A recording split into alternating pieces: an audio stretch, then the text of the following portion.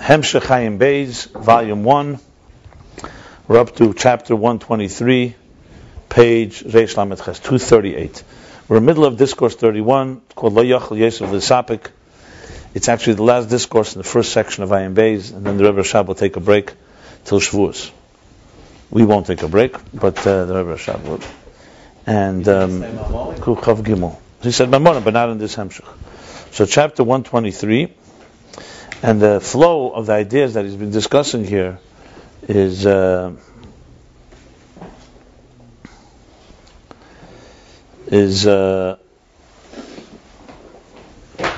actually climbing the ladder of the interface, is what's going on, in a very eloquent and organized way.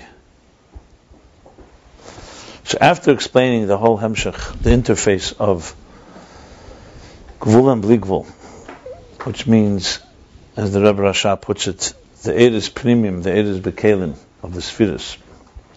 And then there's the transcendent energy called Er Makif. Each one playing its role. One deals with the structure, the creation of the structure, and the structure aligning itself to its purpose. And the other is more transcendence, deals with the bittul, or lifting us up to another stratosphere, outside another quantum leap. So he went into a long discussion of Sefirah. That Sefirah exist everywhere. They exist in Bli Gvul, they exist in Er HaGvul. And the question that really was driving this whole last 30, 40 chapters is, how can there be Sefirah in Bli Gvul? So to explain that, he went into a long discussion of three meanings of Sefirah. From the word misper, number, from the word sipur, story, narrative, and from the word sapir. Essentially, it's a white translucent stone. Bright stone. And these are not just three names, they're three levels, like three dimensions in the spheres. Now remember, a sphere consists of an Er and a Keli. Because everything in the structure of existence is an energy within a package, within an identity. Like, letters on the page and the idea that they convey. There's nothing in this world that doesn't have energy in a container. There's nothing in existence that doesn't have energy in a container. Container is essentially the description of the parameters of its identity, with its time or space or description or color or shape or size. And the energy is what mahus. What is it? What is its inner personality? What is its purpose? What makes it tick? Two separate things. The goal, of course, is the alignment of these two. If every Keli was aligned with that energy, we'd have a perfect world. We'd have Mashiach. Obviously, the goal is not just that it should connect to the energy within it, but to connect also to the energies above it and beyond the containers, and all the way to Bli Gvul, all the way to the source. So that's a sphere, Er and Keli. So everything is just being discussed on Er and Keli level. The difference between Eres and Kelim of Atzilus, Eres and Kelim in lower levels, is that in Atzilus, the Keli is itself aligned, completely aligned with the personality, identity, is aligned with its purpose, with its Er HaChesed. Klei HaChesed is aligned with Er HaChesed. In our world, just to take the opposite extreme, our Klei HaChesed and our Er HaChesed are not aligned. We don't love in the healthy way necessarily. We don't give. Chesed is not always in the perfect way. Sometimes it's in a selfish way. Sometimes it's completely distorted, actually. So you could have a Keli that's not aligned with its so-called purpose, higher purpose. So in explaining Sefirah now, the Eres and Kelim Sefirah, so Misper means number. So he explained, Misper initially begins by really describing the number. Number symbolizes the structure of existence. We live in a world of numbers. We count distinct things, separate things. It's a very superficial thing, actually, a number. Because a number doesn't tell you at all. You can say 1 million people, and you have no clue. There can be 1 million tzaddikim, it can be 1 million petty people, just to give an example. But number is not meaningless, because it's also part of what God wanted. He wanted to create a multitude, a world of multitude, of multiplicity. So number has within it also, it leads you into things that are higher than number of quality, the number of not just the number of kelim, also the number of It even leads you to understand things bli misper. And this discussed earlier, but it's primarily it's spheres that focus and base things on structure, which is number. Then comes the second level in Sefirah itself. Sefirah has another name. It means sipur. So now a story immediately tells you, it's telling us a story. So it's a little more than just number. The story is the story of the Eirus. What story does the Keli tell? What is the story? What does your body tell? What story? It tells the story of your soul. So it's a storyteller. The Sefirahs tell the story of God's process in creation, and they also tell you the story of God Himself, or how He created. And it goes on to explain that here too, this is already focused a little more on energy, not just containers. Like he said, Mispet is primarily in Malchus, because that's where the primary containers are. The lower you go, less energy, more container. Sefirah, on the other hand, is already also equally relevant to the higher spheres, because the aspect of storytelling is also where there are less kelim, but there is a lot of oir. Until the point that it tells even the story of machshavas and alamis, using the words of the Pardes, which means the hidden thoughts, that even reveals that which is beyond the energies and the containers. So also er habligvul. So you see, both Misper and Sefirah also reveal bligvul, but they're far more. They're more glimpses of it than full manifestations of it. It's like through a story. The person tells a story. His story reveals who he is, and also reveals things about him that are beyond the story that he's telling. Like a piece of art will reveal more to you than just the artist, than just this piece of art. But it'll reveal also what kind of artist this is. The fact that he can create such art. And we're not quantifying it. For everybody, a story, two people can hear the same story, and one person will hear a lot more in it than another person. Then comes finally the third meaning, which is sapir. And a long discussion to explain sapir, he started saying sapir is transparency, essentially. It's transparent brightness. The word sapir, lichtigkeit, behirus, lichtigkeit. Lichtigkeit is transparency, is brightness, and all the different words we've used, illumination.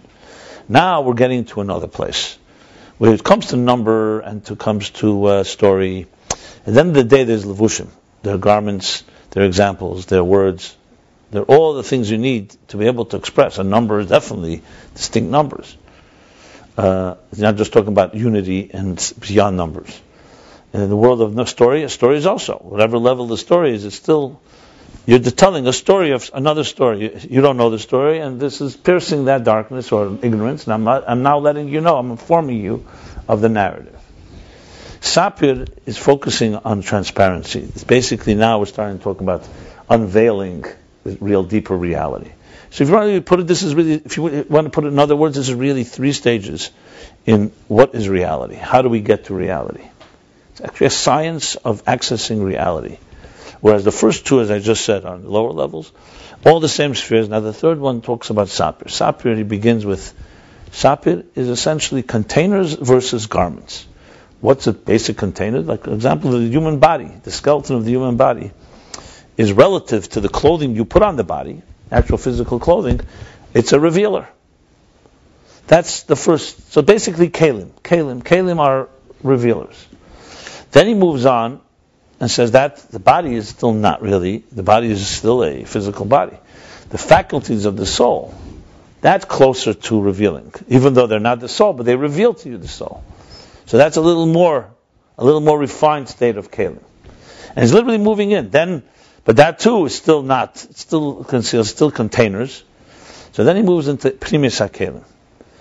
Obviously, in this whole discussion, Lavan and Yaakov play a prominent role because they are symbols of these two. Yaakov's role was to reveal, taking inanimate stones, which are an example of letters, and revealing a deeper reality within them, the story that they tell.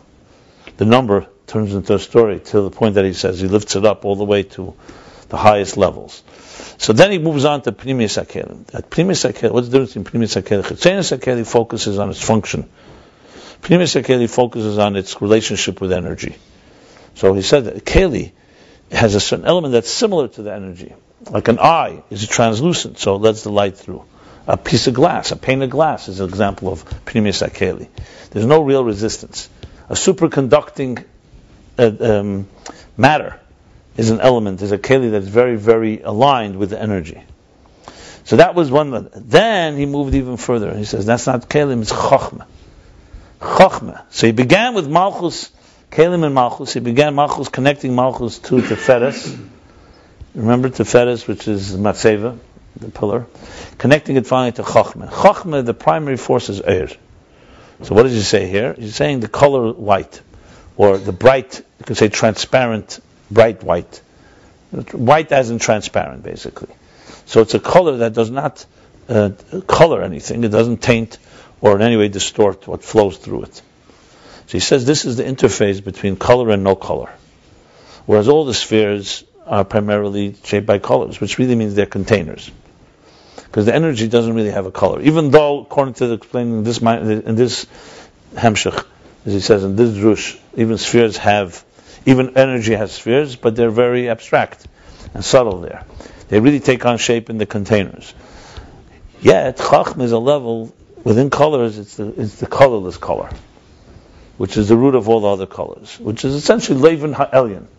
So we spoke about love and Levin Ha'elyon, the supernal whiteness, first begins that it's Kalim, then goes to Primis Hakelim, now it's Chachma and Eir. But Chachma is still Chachma of Atzilus. It's not Keser. Keser is beyond colors altogether. You can't even call it a colorless color. It's beyond any expression. And then he moves from Sapir, from the Primis Hakelim to Eir. Now he moves the Eir that's higher than Atzilus. So literally, all these are levels of transparency, levels of reaching deeper reality. And explaining this, he begins first by explaining that the energy of Atzilus is different than the Primis Hakelim. For example, when a clear glass, reveals light, and the sunlight comes through it without any distortion, what you're seeing is the brightness of a chaymer, he says, of matter. That the matter is superconductive, so to speak. This matter is transparent. But air is brightness. It's not just matter that allows brightness to shine through. So though we can't see it with our eyes, but you have to say, if you looked at through a window at daylight or sunlight, and you looked at sunlight without the window, there has to be some minute difference. Again, to our naked eye, we may not see the difference. But so energy is brightness, whereas the containers are matter that may be translucent or almost totally translucent, totally transparent, that allows the brightness through. Now, this is energy in Atzilus. And this energy, he says, besides being bright, also is a brightness that reveals a higher levels of brightness. Because the eye is also like a window. So maybe it's more like seeing without any of the vehicles of seeing. You mean the earth itself? Earth itself. Yeah. By the way, both the eye and the glass is his example here. They're both examples of a keli that are just don't block the light. Right. But you can't say they are light. It is matter that is. The beauty of this is because if you talk about Naveda, what he's talking about, how do we refine this world? You want to refine a world of matter and turn it into a container for energy, matter and energy. But you don't want to destroy the matter. And you don't want it to retain its coarseness. So the Aveda that we do when we refine existence is we're taking coarse matter and we're turning it into transparent matter. We're like creating conductivity to the point of superconductivity. We want to have the least amount of resistance from the material, allowing the spiritual through. But the end of the day, the spirit brings something which the matter can never bring, which is pure brightness. The sheer brightness, the sheer clarity. I used an example, which I realized I looked into the sources a bit, and it's actually there, almost there. I used the example because you see he's also constantly speaking example using throughout these chapters letters and ideas. Oisis aravanim. So when we start teaching a child kindergarten, remember when I went through those steps, letters in their rawest form are just A, B, C, D, or Aleph, Beis, Gimel, Dal. A child has no clue that these letters are going to be the basis of every piece of knowledge we will ever comprehend. So you start with raw ABC. You learn how to turn them into words. And then words become phrases and sentences and paragraphs, and chapters and books, and then volumes, and then volumes and volumes. And it's endless. All started with 22 Hebrew letters. And you can trace it back. You say Anochi is Aleph, Nun, Chaf, Yud. But now means so much more. So really there's a perfect example of a container that began empty. I would say empty, concealed what's within it. And knowledge, the accumulation of knowledge and education is really taking the letters and turning them into real kelim, filling them with water now, filling them with knowledge, with awareness. Now there comes a point, if you go to the other side of the spectrum, where the air is so powerful, you're reading a page Sometimes you're just reading, you don't even realize you're turning pages. You don't even realize there's letters. Because you're so consumed with the idea, you don't even realize the words are there. Then you stop and say, oh, 1 second, these are made up of words. What's happening? The containers are not disappearing, but you're focusing so much on the quality of the message, or like when you mesmerize someone speaking. You don't even realize what time it is, you don't realize even that words are being said. You're taken by the message. A niggun would be an example. I used the example of a niggun. A niggun without words is a perfect example. What's really captivating you when you hear or sing a song? It's not the intonations, the tunes, the notes. It's the message. It's the energy that is being released or that's touching you. So you come to a point where you have Eidus without Kalim. Or you have Kalim that are so aligned. Like, for example, if someone starts playing noise, it's going to be very grating. Someone takes notes, they're taking Kalim, they're refining them to the point that these Kalim are just perfect flow for the message or the music that's coming through them. So it's all a matter of balance of Eir and Keli, really. Now, to the point that when you get the brightness, that's where we were speaking, we're already beyond that, is that brightness itself can be Eidus of Atzilus in the Kalim. So let's say the light that's coming through the window. So the window is the Keli that's completely transparent. The light itself is bright, but it's still a light that's coming through a window. Then there's the light on its own, that's potentially can come through the window, but it's in its core state. And then there's the energy as it is higher than Atzilus, which essentially means that it's beyond containers. That's what it really means. It's beyond the containers of Atzilus. So how does he explain that? He explains that with the difference between Eisi Sachkika and Eisi Saksiva. Written letters and engraved letters. Where one is a separate entity, ink on parchment. So it's expressing an idea, but it's something, an additional element, an additional identity. And then you have engraved letters where you have from the substance itself. In other words, the stone here is the example of the brightness of light. So think light itself, you have a substance called light. And then the letters are matter. So you can have actual ink, matter, being placed on white parchment. White parchment, think of it as eish levena, like white fire. You're placing letters, so the letters do reveal, but they also conceal. So that's more like Kelim of Atzilus. That's like the faculties of the soul. The faculties reveal what you shine through them, but they also don't tell you there's a whole part of the Etzem HaNefesh, the actual core soul, that's not being expressed there. And they actually conceal that part. And then you have Eisi Sachkika, which is of the substance itself. So think of energy itself. The brightness of light is suddenly shaping itself into letters. Think of letters of light instead of letters of ink, just to give the visual of it. Now, where those letters come from is rooted, of course, in the core, and Keich HaGvul, etc., etc. The Rishimu, and God wanting to have them. But now the letters are made of the same substance. But they still, as he said, create some shadow. When you engrave letters, there is some shadow. It's still the same substance. So explain, what is the shadow? The shadow is concealing, not, what's revealing is full brightness. It's a letter of light. Aleph, you have now to the fullest. It's like the idea is completely there.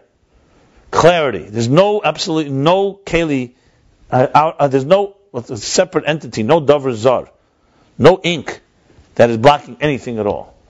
But it's a letter. It's Aleph, not Beis. And therefore, it conceals the infinite possibilities that this brightness has. Basically, the Eir HaBligvul. And then he says even more, no. Next step is that it also reveals even the Eir HaBligvul more than the energy does inside the Kelim of Atzilus. That was in chapter Kuf Chaf Aleph. At that point, you One second.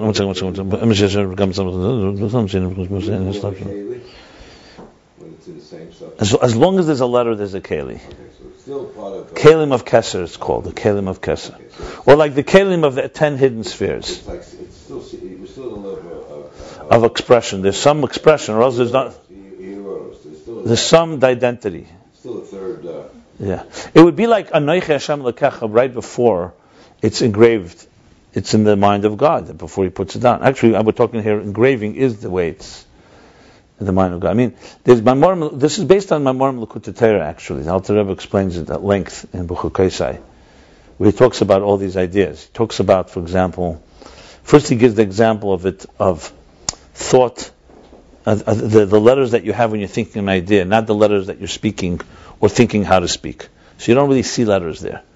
But he then negates that and says that's still not really it, because that tells you that the letters are connected to the seichel. It's not telling you that the letters are connected to the soul. And the soul is really, because the seichel is still a faculty.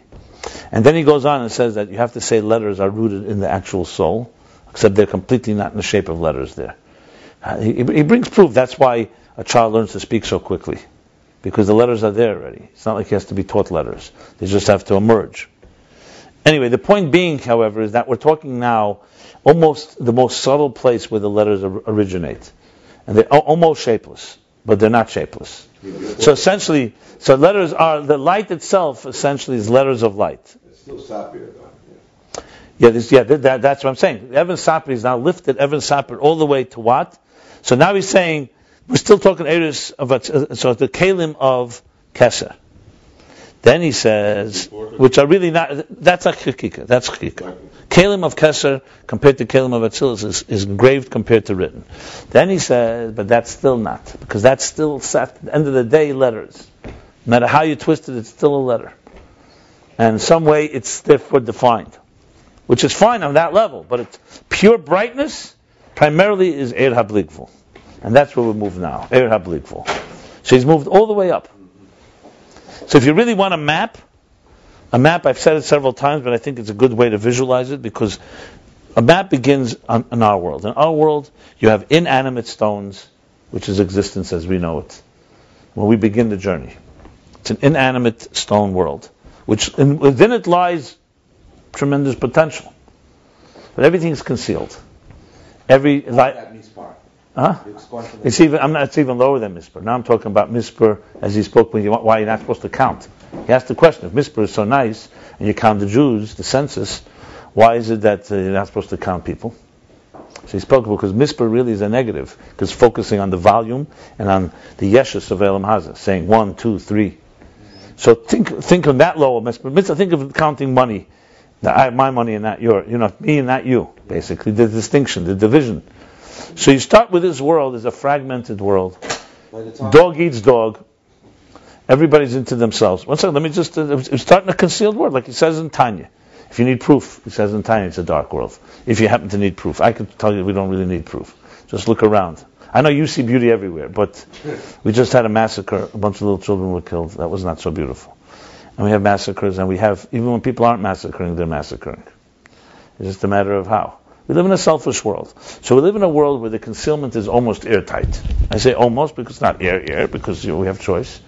And you see much beauty. But we live in a world that it's very easy for us to live basically driven by our own interests at the expense of other people's interests.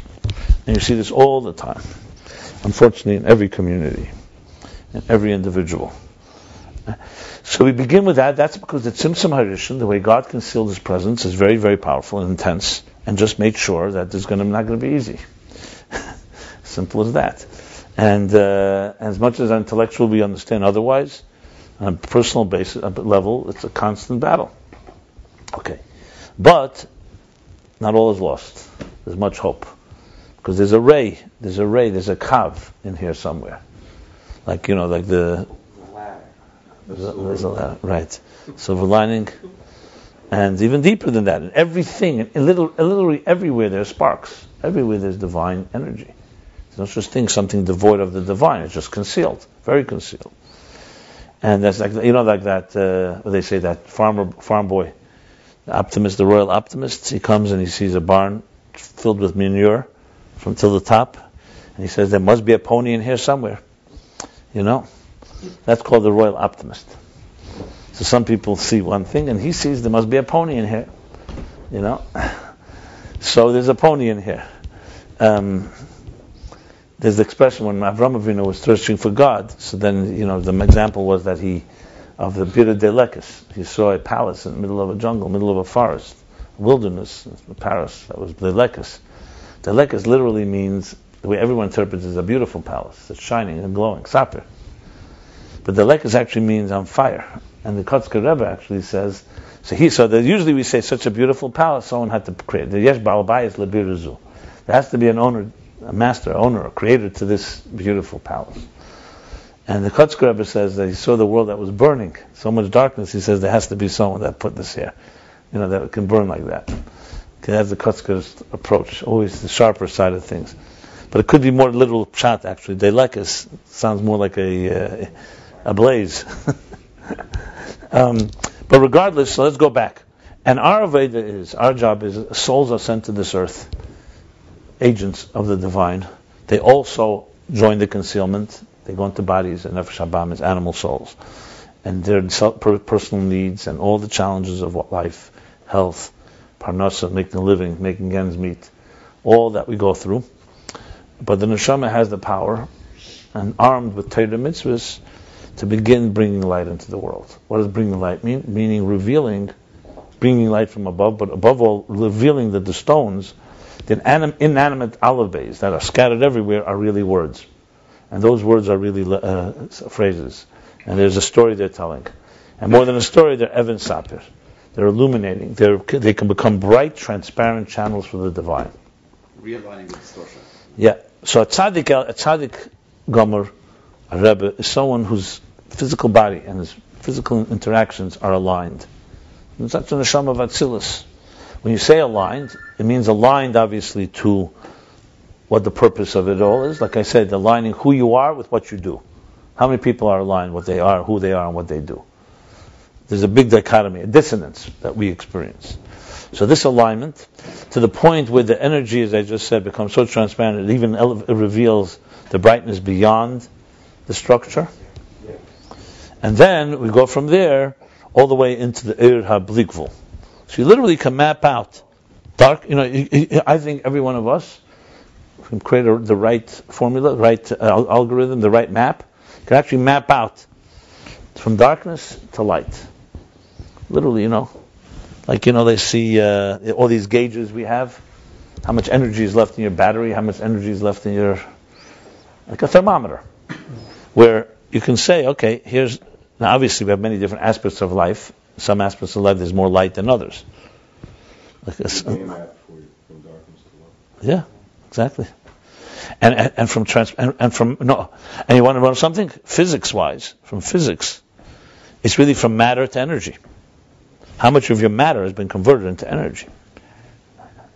Because that's really what it comes down to. Chefza, to make it a chefza of kedusha, you're making matter energy. Is that what it comes down to take the matter to convert it to energy, or just to realign the matter? It shouldn't be distorting the energy. No, it comes down to making the matter energy, because at the end of the day, they really won.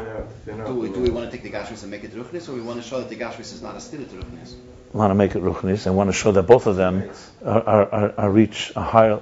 The ultimate is to reach a higher place where both of them are aligned completely, and you wouldn't even say there's two different things. Two ways. I was reading this book on Einstein. He's saying that there's two approaches to science: from the lamata lamaila and the lamaila lamata.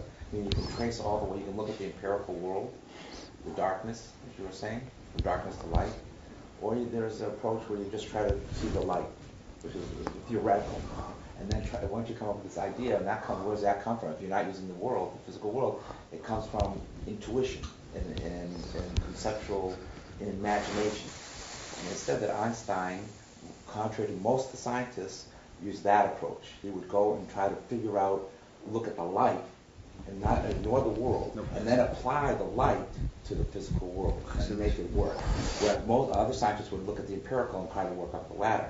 Pretty interesting distinction.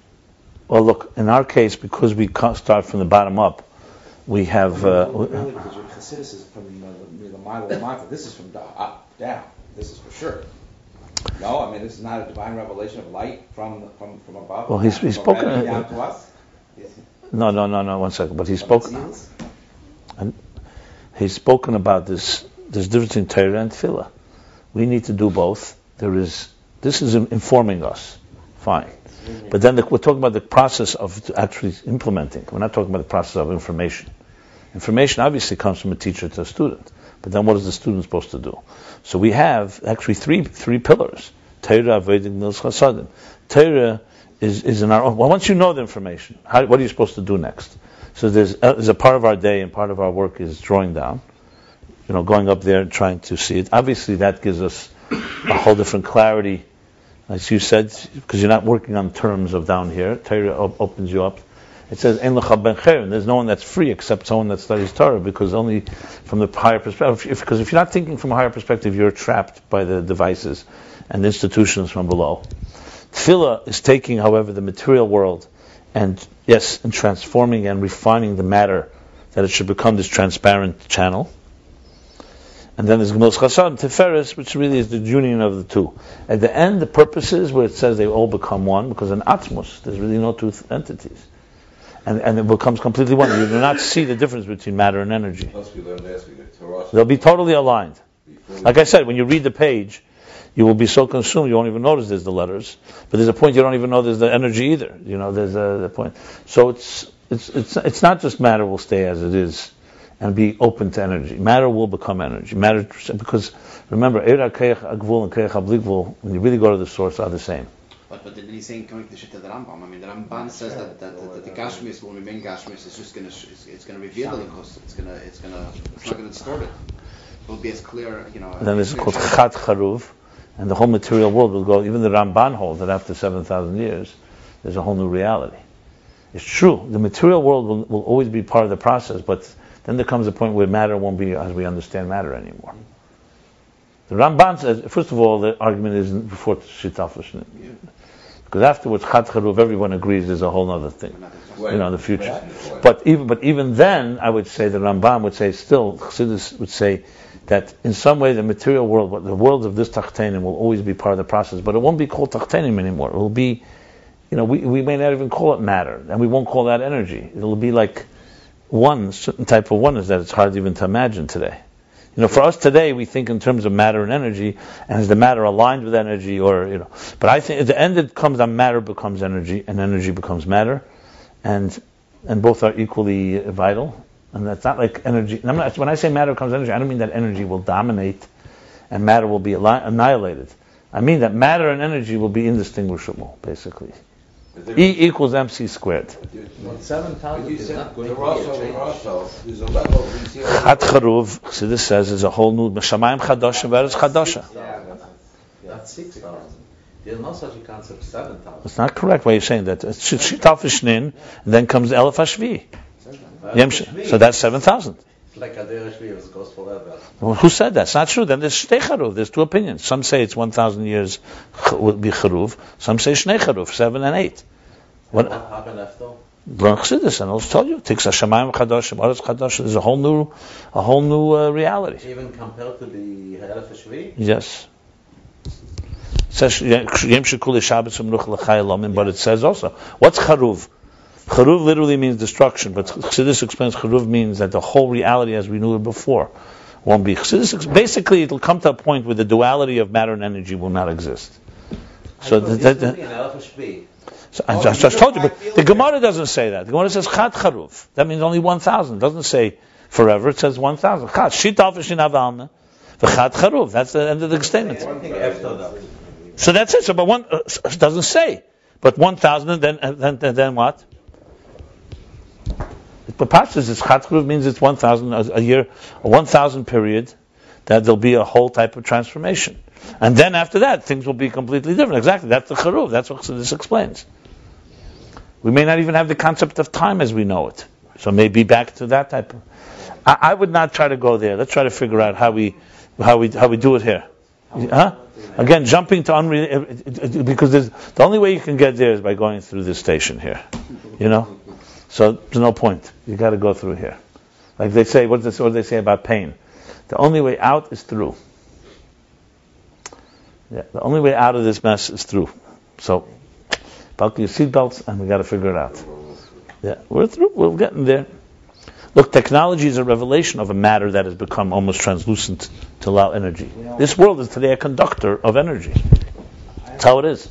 And time and space melt away more and more. But that's another discussion. I don't want to go there. It's not here.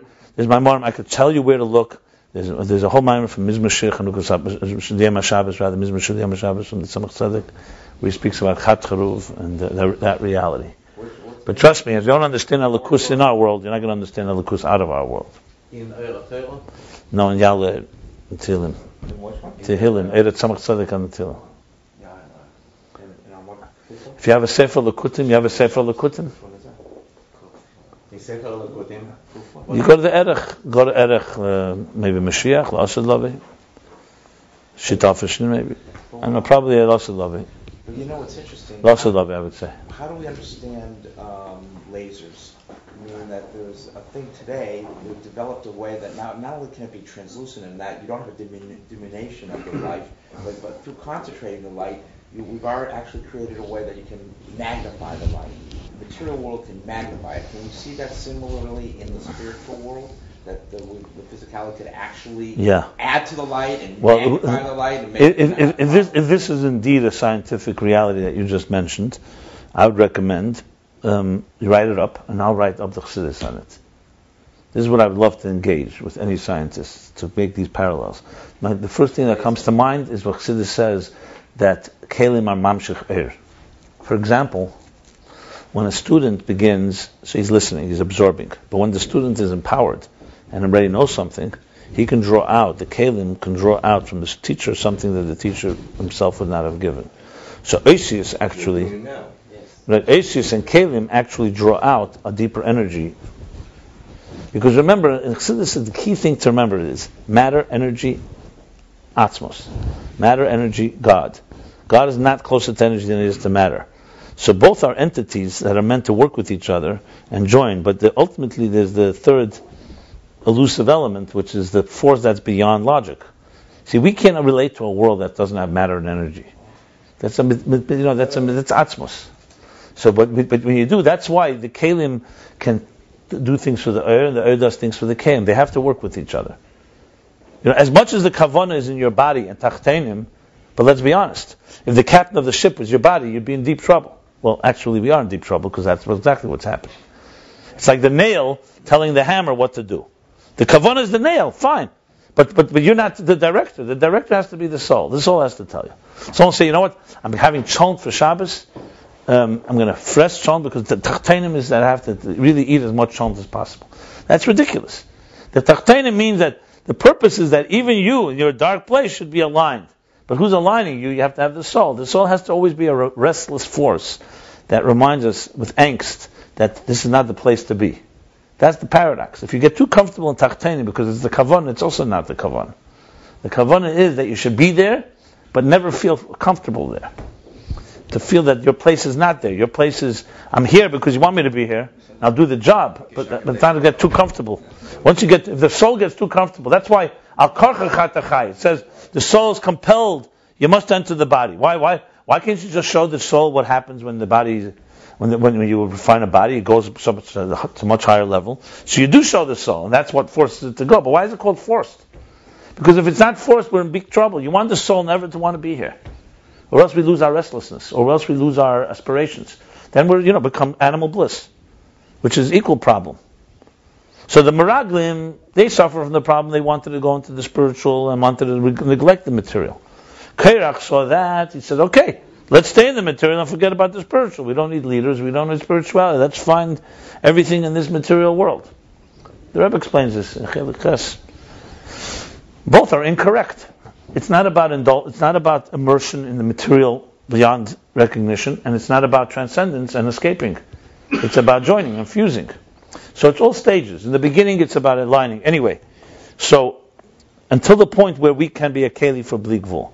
So the question in the last chapter, which we learned, and I'm summing it up because he's bringing together a lot of things, and I just felt for myself, at least my sanity, trying to figure out all this. So the last chapter, Kuchav Beis, he asked a question. So till now, you're saying it's kelim. Okay, I understand. Kelim reveal. Depends how much they reveal. First, they're opaque. Then they're translucent. Then they're transparent. Until the point they almost. Okay. And kelim of Keser, it's still engraved letters. But now you're telling me that the real Behir's brightness is light. What does that mean? It is brightness. What's it revealing? Well, the way he puts it, now that you're dealing with the one reality, you're no longer dealing with two entities. You're not dealing with matter revealing energy. There are no letters. What does it mean to reveal when there's no letters? Who are you revealing to and what are you revealing? You are it. Brightness doesn't need to be bright, so to speak. It is bright. Brightness is relevant when something is not bright, so I'm illuminating. So to answer this, he speaks that there's levushim also higher than Atzilus. That even in a place where there's no kelim, there's also levels. And here comes the far deeper concept of the difference between a core entity and an expressed energy. So basically the point that he makes is the following. I'm just summing it up and then we'll hopefully learn further. He brings the pasuk Hoid v'Hadar. Lavashta. What's the difference between Hoid and Hadar? Hoid is usually we say is beauty and splendor. Beauty and majesty. Majesty and splendor. I mean, it's all in English meaningless. I'll tell you. So he explains Hoid and Hadar, there's two levels. He uses the example of a melech, a king. Kvei Teidecha. Hadar Kvei Teidecha, which is again the same idea. So it brings that when Moshe, Nasan Ahed LaMoshe, and then Rabbi Yeshua became his Hadar. Like the Malachim says, that he gave from the Hayd of Moshe to the Hadar of Yeshua. And all these different expressions he uses and sums up, the bottom line is that on one hand we say a king cannot be a king without a nation. Ein melech b'layam. On the other hand, we see that the awe and authority and majesty that a king evokes in a nation is far beyond just that if they gave him the authority, so there's authority. But he evokes something that's far beyond. If they appointed him, why are they in such awe of him? They basically created him. So he answers, because he has malchus on his own. There's a majesty the king has on his own. And he says, let me rephrase that. First he says that once that he's appointed, a new level of malchus enters into him, which is me'ain from malchus de le'ela. From divine majesty enters into this king once he's appointed. And then he adds that in truth, he always had it within him. The only thing is, it was revealed by the nation. So basically we see there's two levels of majesty. One is what you are on your own, you're just an exalted, he's a higher type of individual. And there, even when he's alone in his private chamber, nobody's around, no king, no nation, he's alone on an island, he's that way, be'etzem that way. But revealed, it's not. Expressed, it's not. What expresses it is when there's a nation, and when there's others. So that's an expression, and that expression is far beyond just the respect of a minister that you have. There's an awe involved. There's a majesty of a different dimension. Same thing as Lamaila, that God has two levels. God does not need us to crown him. God is not, when you say Rosh Hashanah, we crown him, he needs us to crown him. God gets greater when we crown him. But there's no expression of it. So that's more the Eir HaBli Gvul would be the majesty of the divine as it's on its own. When we crown him and we express our praises, we bring it down into revelation. Keser Malchus. And that's the difference between Atik and Arich, he says in Keser. So Keser is majesty, crown, Malchus.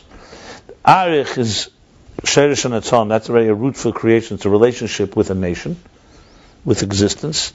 And Atik is as it's on its own. That's basically what he says. So that's the difference between Hoid and Hadar. Hoid is the majesty of the king. Hadar is when you say Hidur. Hoid doesn't have details. The majesty of the king. Hadar, when you say someone's Muhudar, the mitzvahs, or like pre-Eitz Hadar, it's not just a nice esrog. There's details involved. The shape, the bumps, the color, the kamatim. So Hod is Atik. So Hod is Atik and Hadar is Arich. And he says Hod is also from the word acknowledgement. When you acknowledge, there's no real details. You're just acknowledging the majesty. As he said, L'cha Demer Tehillah. Huh?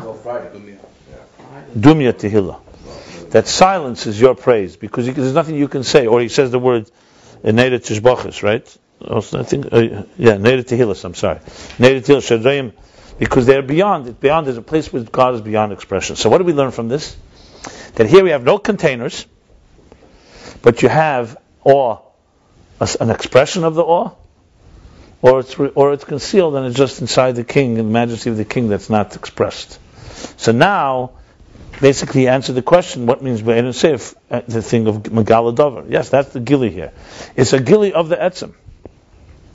And I gave the example. So the question was, till now we were talking about expression, containers, letters.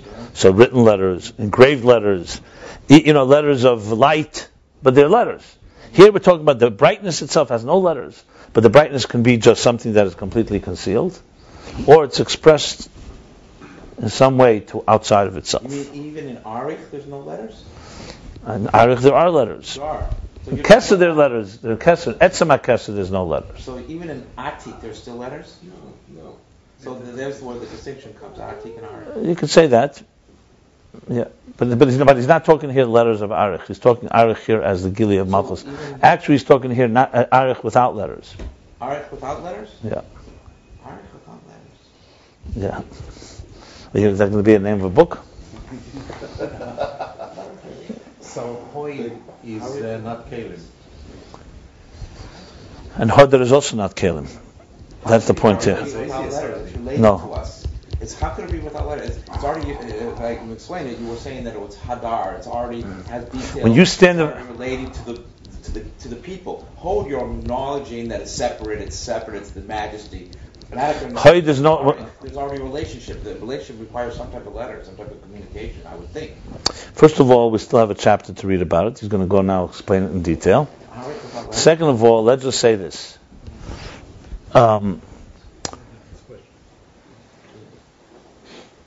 Yes, it means there are details, but they're not details in the form of words or letters. I would say basically what we're talking about here is an expression that that relates to us. What it means is, in other words, if we didn't see the king, he's locked in his own chamber, then there's no not letters, there's no revelation. We're talking revelation, not letters here.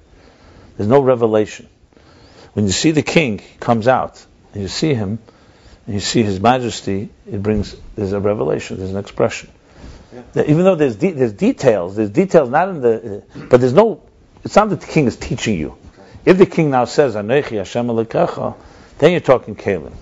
Here you're just talking about his majesty has been revealed. You have the schus. You're enchanted by his glory. It's awe. By his expressive glory, but he's not communicating anything to you. You're just if you can see him, if you can see him, there's Kalim. That's what I would argue. Because you have the only way you can relate to things is through your Kalim. So he calls it Levushim. Yeah. No, it's not Kalim. If you can see him, somebody gets enchanted by his. But you could argue with Eliezer, you're right to argue as you like, but Chassidus has the right to tell you what Kalim mean, what Kalim don't mean. You're making your own definition of Kalim. When I say that, I'm asking a question. I'm not saying I'm making a statement. Yeah. Well, let's put it this way. He's not there yet, but I'll just give you an example. If Atzmus is built in Metzias Nimtza, beyond any type of, we can't even talk about it, it's a different type of existence altogether, then Atzmus wills himself to manifest in Metzias Nimtza. At this point, there's definitely no Kalim. There's nothing. There's not even revelation. It's just the will of something built in Metzias to become Metzias. Okay.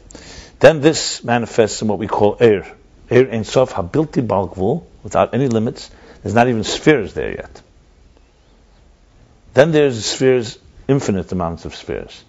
Then there's Olaber saying that there should be 10 spheres. This is just the hidden spheres. And then there's the 10 spheres, he wants also to have identity containers.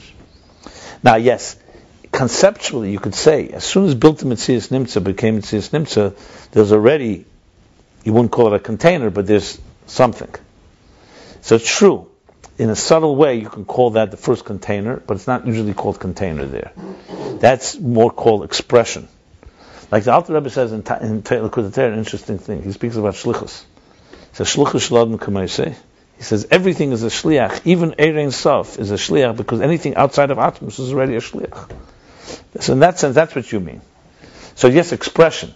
But there's a difference between, let's say, the Er Bli Gvul expression, that you're standing in awe, or that Er Bli Gvul now manifests in Er Gvul, that's teaching you Chachma, Bina, Das. You see the difference? That's the difference.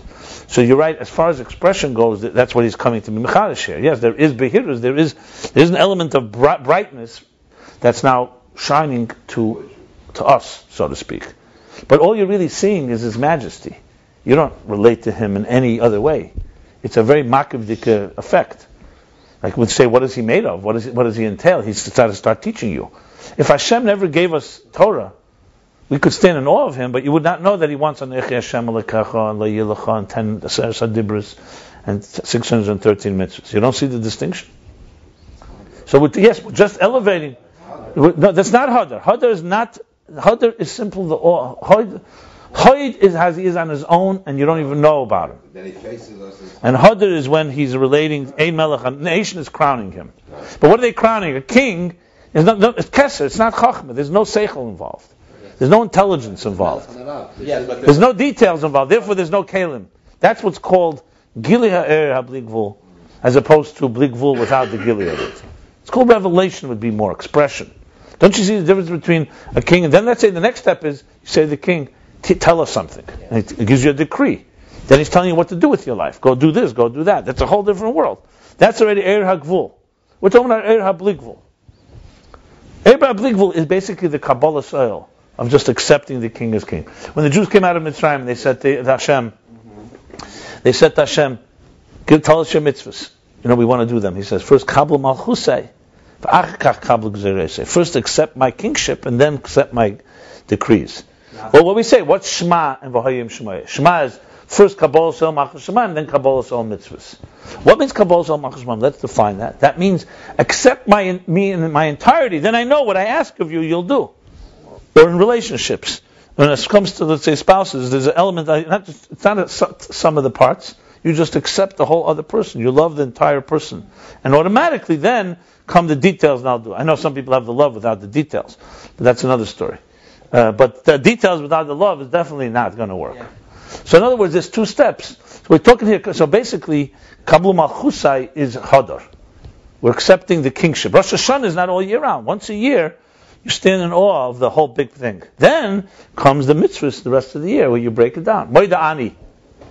The Moidim, as he said, where you acknowledge. That's Hadar. Anyway, let's continue. We'll learn in the next chapter. Let's put it this way. Even though it may sound things are getting easier, it's getting more because there's more details to carry now. He didn't say Moidani, he said Moidim. I just gave an example. Of, that's Hod. Not Hod. I stand corrected. You're right. It is. Hod is. Yeah. Very interesting. 1 second. So there's Bezeh Iker Yuris Hamach Sheyesh B'Layam v'Hadam Malchus Uzakstara Kabbalah Samach. We know that's not Sam. 1 second. Let me just see this last piece. You're right. I have to correct myself. Because is not. Yeah, you don't even say. Well, let's put it this way. The truth is like two levels of Haidah, where you stand in silence and in awe, to Dumer Tila, Bitl B'Tachlis, and then there's when you express it, when you say Halal Haidah. So Hadar is the expression of the deed. You're saying God is Chachma. I'm saying you're praising God with the different praises. There are details involved, but it's not Chachma. He said it's not Kelim. Because even the vision of a king, without him saying anything, he didn't say Anochi Hashem Elokecha. Again, I'm saying it. I'm asking a question. I'm not making. No. But the problem that you're doing is then you dismiss the whole definition of Kelim. Based on what you're saying, the Kelim that he's talking about, Chassidus, are not existent. You're talking semantics. Kelim mean letters, and letters mean distinction of words and ideas. Chochmah, letters begin in Chochmah or in Kelim of Keser. We're talking here Ur. Do we have Levushim here? Kelim carrying a message. These are Levushim higher than Atzilas. This is the Levush that we're talking about. Where is the letters of the Kelim start? When there's ideas, there's words. Kelim mean letters. Kelim mean Chachma, Bina, Das. Without that, there's nothing. They only have Ur. I'm not sure. You didn't hear a word I said. I see. No, I'm related to it. No, what did I say? Do you know? Can you repeat what I said? Yes. You were saying that Kelim begins with letters. That's not what I said. I spoke now for 20 minutes without using the word Kelim or letters. I spoke about how an Etzem is without Gili and how Etzem is with Gili. That you forgot? That's the point here. You didn't hear me say any of that? I know you didn't hear that. I could see from where you're asking. I'm just trying to get to the Kelim of a chayzer you would not be, I could tell you. Because you were processing. Well, you know what? Jacobson, you could, just like you, when you started to learn to be a poser, it was a learning process. No, it wasn't. By the way, you told me in the beginning that you had it right in, and the Rabbi corrected until you took 6 That's not chayzer, that's writing. I'm talking about the remembering. Memorizing is not a process. You have to learn how to memorize. No, it's not true. I thought I heard that. No, writing. You didn't even hear that right. You didn't even hear that right. No. I think you said clearly that. Chayzer and maniach. No, writing. You just gave an example. Hearing is not a learned skill. You can't learn to be a better listener. Absorb, of course. You said you have to wipe away all your preconceived. Let's put it this way. It can be taught if a person is ready to listen. I am here willing to listen, because if I wasn't listening, I wouldn't be here. No, but I come to you as Rabbi. I don't come to you as this is not personal. No, what I'm trying to say is, I still don't see. The first time I listened to the Rebbe's Farbrengen, and the last time that I heard the last Farbrengen, there was no difference. No difference. That's shocking to me. Because after 10, 20 years of doing it, you would think there's some change. Because that shows you how you don't even begin to understand what absorbing means. No, what changed was my understanding of the ideas. The processing of the ideas changed. But absorbing, either you're in the absorbing mode or you're not in the absorbing mode. You want to relate to that? Yeah, that can be improved. How could that be improved? Either, if a person's not in absorbing mode, they're not in absorbing mode. Listening and any sense can be improved. Vision can be improved and worked on. So you're talking to someone who's done it. You're telling me how. Okay, listen. No, absorbing. If you're not ready to absorb from day one, you're not absorbing ever. Nothing will happen. What has to shift is that you want. I've seen plenty of students that weren't willing. They learned a lesson. And they don't absorb. Who says maybe it's processing? Maybe it's understanding and comprehending. Maybe not absorbing.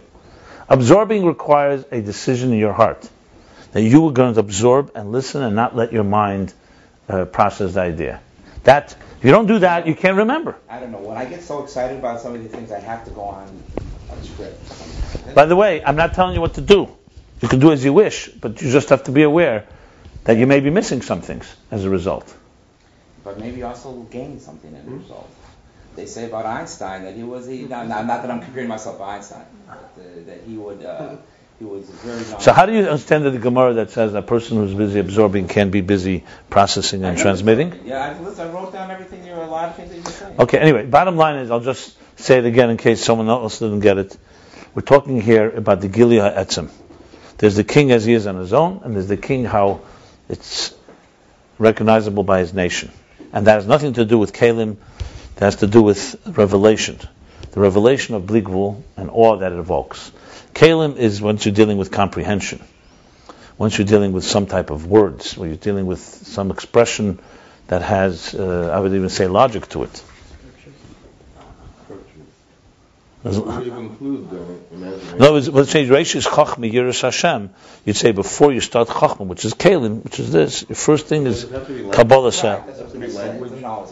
There's 7, according to this garden, there's 7 intelligences that a person learns by. One of them is authority. One of them is logic, but then there's musical, there's sensory.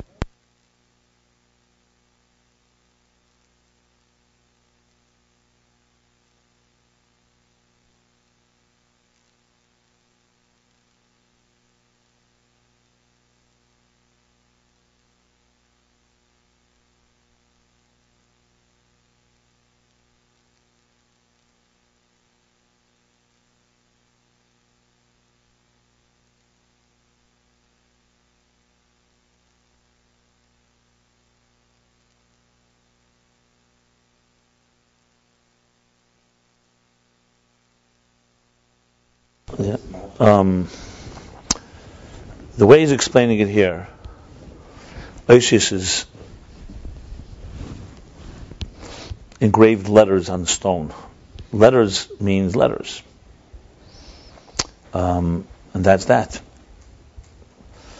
I ask you then, what is Eir without?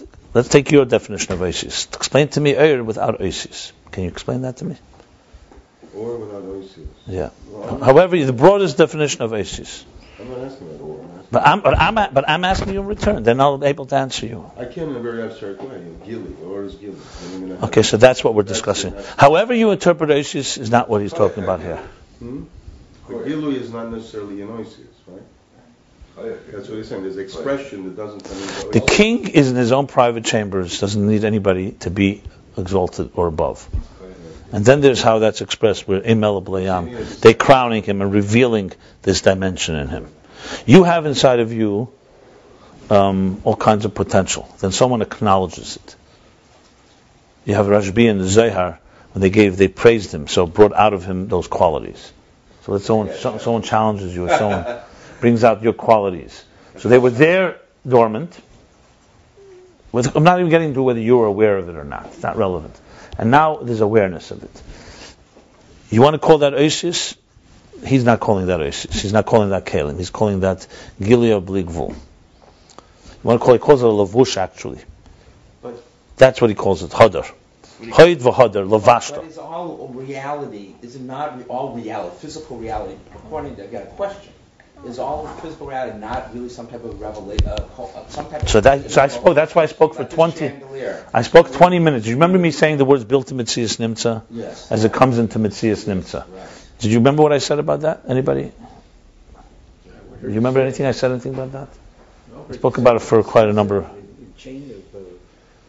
So what is that what you called Asis? If a Metzias Atzmus that's built to Metzias Nimtza manifests in some manifest way, would you call that Asis and Kalim? And Mike, that's what we're asking. Okay, well, he does not call that. No, does not call that. Many months ago, you said it was a field of energy. You said that was the first. Yeah, right, exactly. It's a field of energy, a field of expression. All of Ayin Beis, he doesn't. He only when he says. Not only Ayin Beis, all of Chabad Chassidus. All of Chabad says OCS is specifically letters on a page, either Hakiko or written. It's not to do with the page. It's that it's a letter means. You know what letter means? That it's not. It's this and not that. That's what letter means. So there's a note. That's why I'm asking. That's what a letter means. A note on it. You mean a note on a scale. It means this and not that. This chandelier is also. That's air. I don't understand. Don't you ever hear of Eir HaBligvul and Eir HaGvul? How would you define Eir HaBligvul and Eir HaGvul according to you? What's Eir HaBligvul? What's Eir HaGvul? One is Eir HaGvul is Aleph, Beis, Gimel, or notes, or colors, or shapes, or sizes, or concepts, or completely, or whatever. And Eir HaBligvul means Bligvul. There's one seamless flow, but it's a flow. It's an expression. That's what he's saying here. The expression of Bligvul, or Bligvul that's hidden inside. What's the problem with that? I really don't get it. It behooves you to explain to me the difference between Bligvul and Gvul if everything is Asius. So then what are we talking about? We're talking about. I'm trying to explain. 1 second. I ask you, if everything is Asius, tell me the difference between Bligvul and Gvul. So who is? When is Gvul? And we use the expression sometimes to talk about Oisius as a vehicle for Gvul. Gvul and Oisius are the same thing. The word Oisius, when we speak, 1 second. No, already, and I'm past it. Okay. Which is that when Gvul and Oisius are the same thing, do we mean only literally letters of the alphabet, or could it include other notations? And you said no, and I'm ready to go on. No, I said yes. It includes all notations. It's all notations. I keep telling you, Oisius are much more than you think. The Chav Beis Oisius, when you read in time, 1 second. That was my question. So my answer is it includes all notations. All fluctuations, all distinctions. Even further, you open up Ashai Yuchid V'Amuna. You open up the second. Can I get a change in the story here? No, but the question, but then your conversation, his conversation, okay, but that really confuses matters. Yeah. 1 second. Let me explain something. If you read Shai Yuchid V'Amuna, what does he say? God created the world with Asara Mamoris. So you're asking me, when you say Asara Mamoris, does it mean only words, or everything? Of course, everything's under Asara Mamoris. Period. That's it. Yeah. Okay. So when you say Eser Sefirah, essentially that is Eir and Kalim of Gvul. It's Eser, and not 11, and not 9. Eir HaBligvul does not have the word. You cannot say Eser in it. You can't say that number. We're going to learn about this a little more. But basically, each of the Sefirah says Bligvul. No, but that's not Eir HaBligvul. That's not it. The Sefirah is saying Ketz. Okay, so the bottom line is, when we talk Oisius and Kalim, we're talking Eir HaGvul. How do you understand Eir HaBligvul? Tell me, with your definition of letters, words, containers. Is that it's not expressible in the physical reality of our existence. I'm saying, but it has Kalim too? No. Oh, so there you go. So then what's the problem? Doesn't. So that's what we're talking about. Expression without Kalim. Okay. Let's move on. Okay, so then that's good. Vote happy. So that's Kesser. That's right. Atik and Narich as they are without containers. Wow, that was good. Let's not, because as soon as he thinks about what he just said.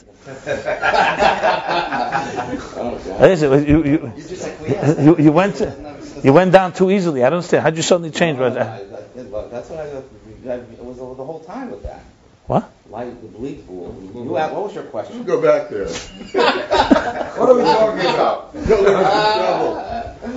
What was your question? I just think I love what you just said about the Osios is signs. It's signs.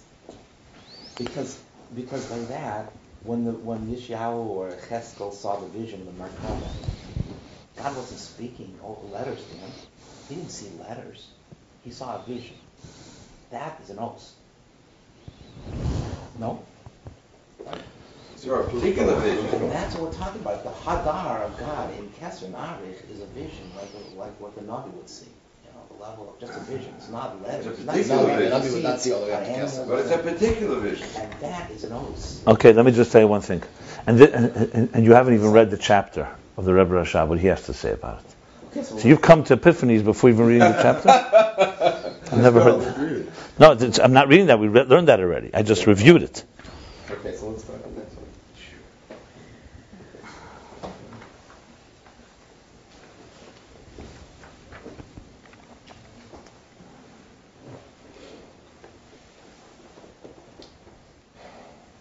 No, but he created the world with Isis only. After he created the structure, Which then you have signs. letters. Not signs. Not That's what we say. But Reish Menusa de Malka, in the beginning of his Ratzon, the king, Galav Galifu B'Tirei Law.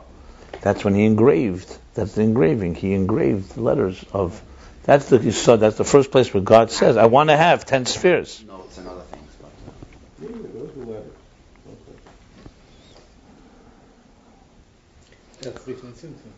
You also brought Reivam Hadras Melech. The letters? Yeah, the truth is that in the Mamorim, when you talk of this, you talk with either as spheres gnuzes of Keser, but in the macrocosm, it's before the Tzimtzum, correct. Here he interchanges it. Right now he's talking really Keser and Keser. But there's interchange, because the Arizal says, the 10 hidden spheres are in Keser, Atik and Narech. But Atik and Narech is also Atik and Narech of Ak. Huh? Not Kesel of Atzilus. Yes, Keser of Atzilus we're talking here. We're talking about Atzilus and beyond and higher than Atzilus. The macrocosm that we've said many times, which you got to master until you get it, takes time. But that's after Atzimtzum. Right. So did you hear what I just said? Microcosm. The microcosms after the Tzimtzum. Macrocosm is before the Tzimtzum. 10 hidden spheres are either Keser of Atzilus or it's Lifnei Tzimtzum. Remember, Atzilus, the Klolos, is Ein Sof Lifnei Tzimtzum. What's how you did it? The Klolos Lifnei Tzimtzum? Just Atzilus? No, all the levels of air spheres, saying Ketz, Ratzon, Kedem Alesa Ratzon Hamuchlet, Eir Habligvul, you got plenty. Eir HaKol B'Moyer, Kadem Kekadmusei, I can give you 25 levels. I mean, there's many levels. Generally 3, usually talk 3 levels is usually what you talk about. But he's gonna go there. We're gonna discuss it. So Bereivam Hadras Melech means in the nations a lot of people. So he said what it means a lot, not just a lot of people, but different types. And they all gather together. That's a parade when everybody honors the king's glory. He spoke about all the details. That's Hadras, Hadar, and Hoyd is how the king is in his palace on his own. So Hadras is a revelation of what? Of the king's majesty. That's all it is. It doesn't have. It's the gili of, like he says, Ein Sof Shemegala Dover. That Ein Sof, which is higher than Kalim, is revealing something. That's what he says here.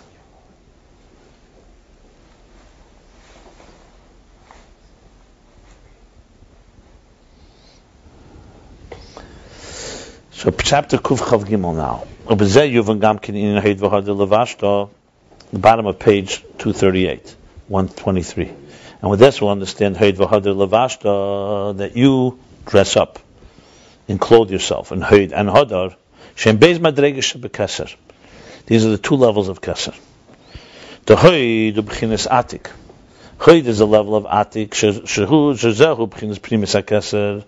That's the inner dimension of the crown of Keser, B'Chinas Atzmus Ein Sof, the core, the infinite energy, Shalamayla B'Chinas Ispashtus V'Gili. That's higher than expression and revelation. Or Ispashtus means extension. Adrab, nikra atik meloshen vayetak misham. Atik means from the word vayetak misham, he was removed from there. Vayetak, like torn away from there. Meaning that he's above and apart, separate and apart and separate and apart. B'chinas hatoka v'avdola. Removed meaning hatoka, torn away or separate, v'avdola and apart.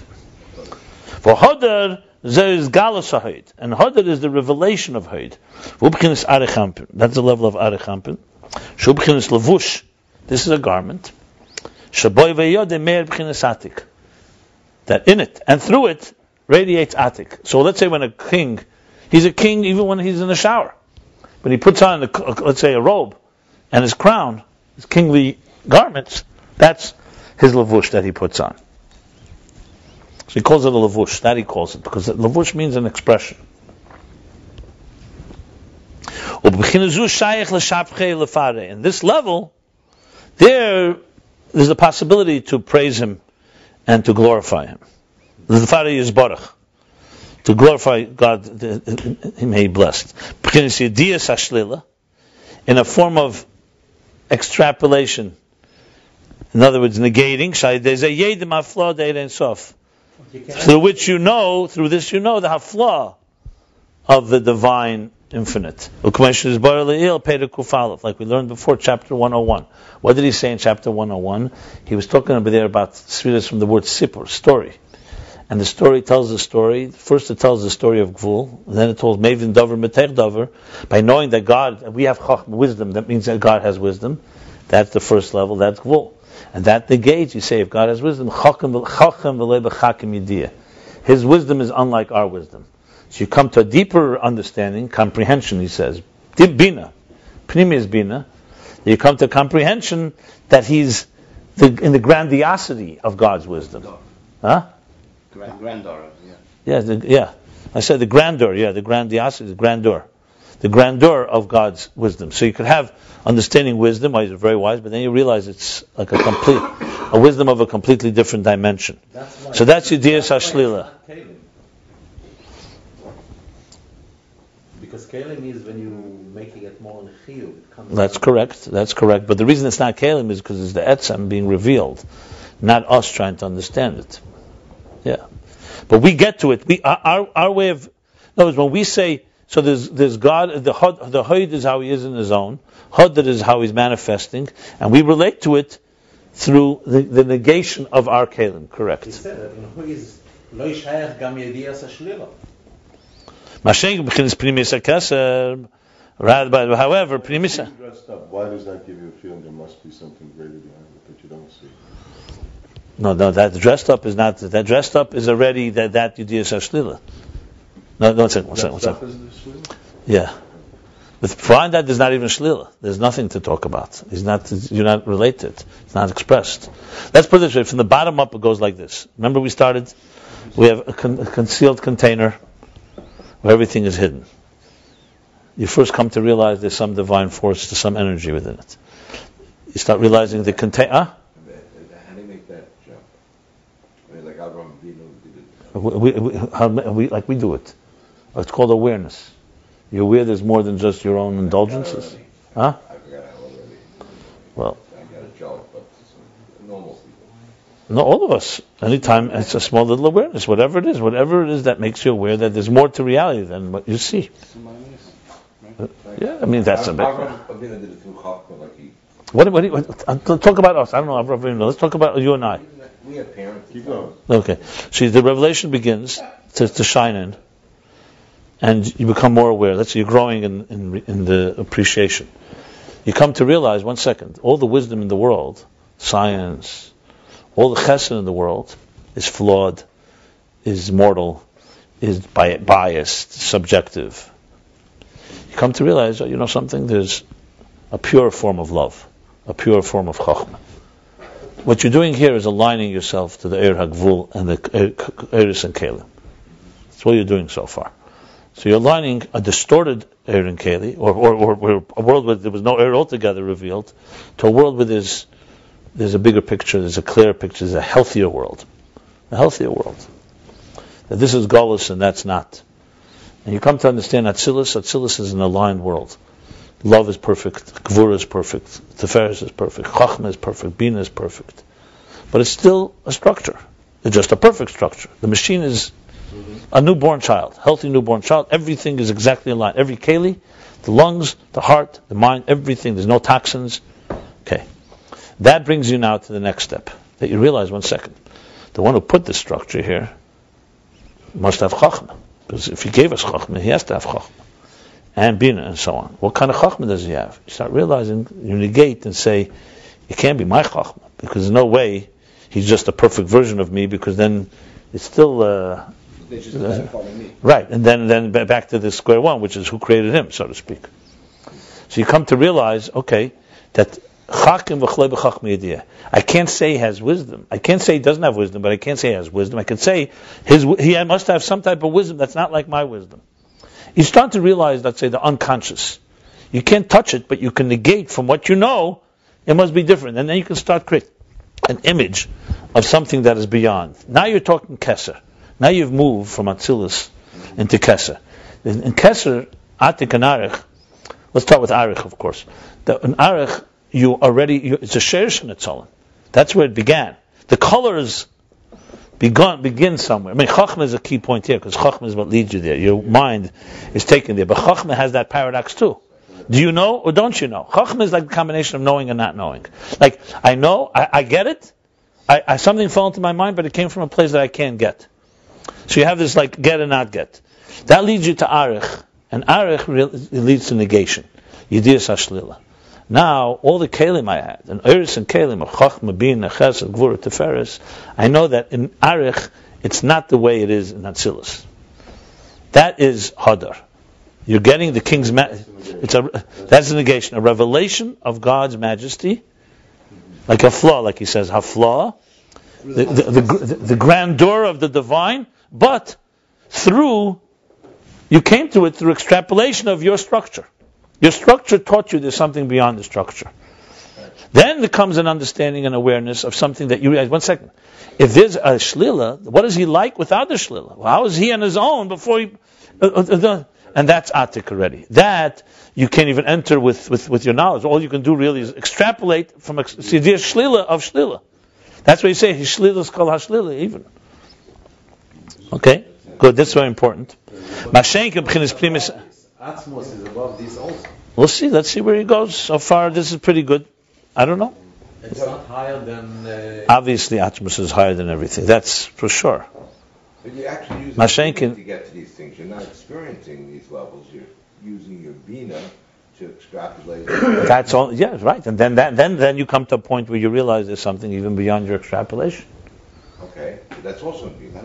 No, I wouldn't say that's Bina. You have no way of even someone will say, "Can you tell me something about Atik?" No. So that's it. So there's no Bina. But you know it's there. That's the Bina. No, I didn't. I don't see that. So you're telling me again? You're saying the same Bina that leads you to extrapolations leads you to Atik is the same Bina? It's not the same Bina. One brings you to at least some comprehension, except through you understand the grandeur of it, and the other one brings you to a place that's beyond completely. He didn't get there. Let's see what he says. However, in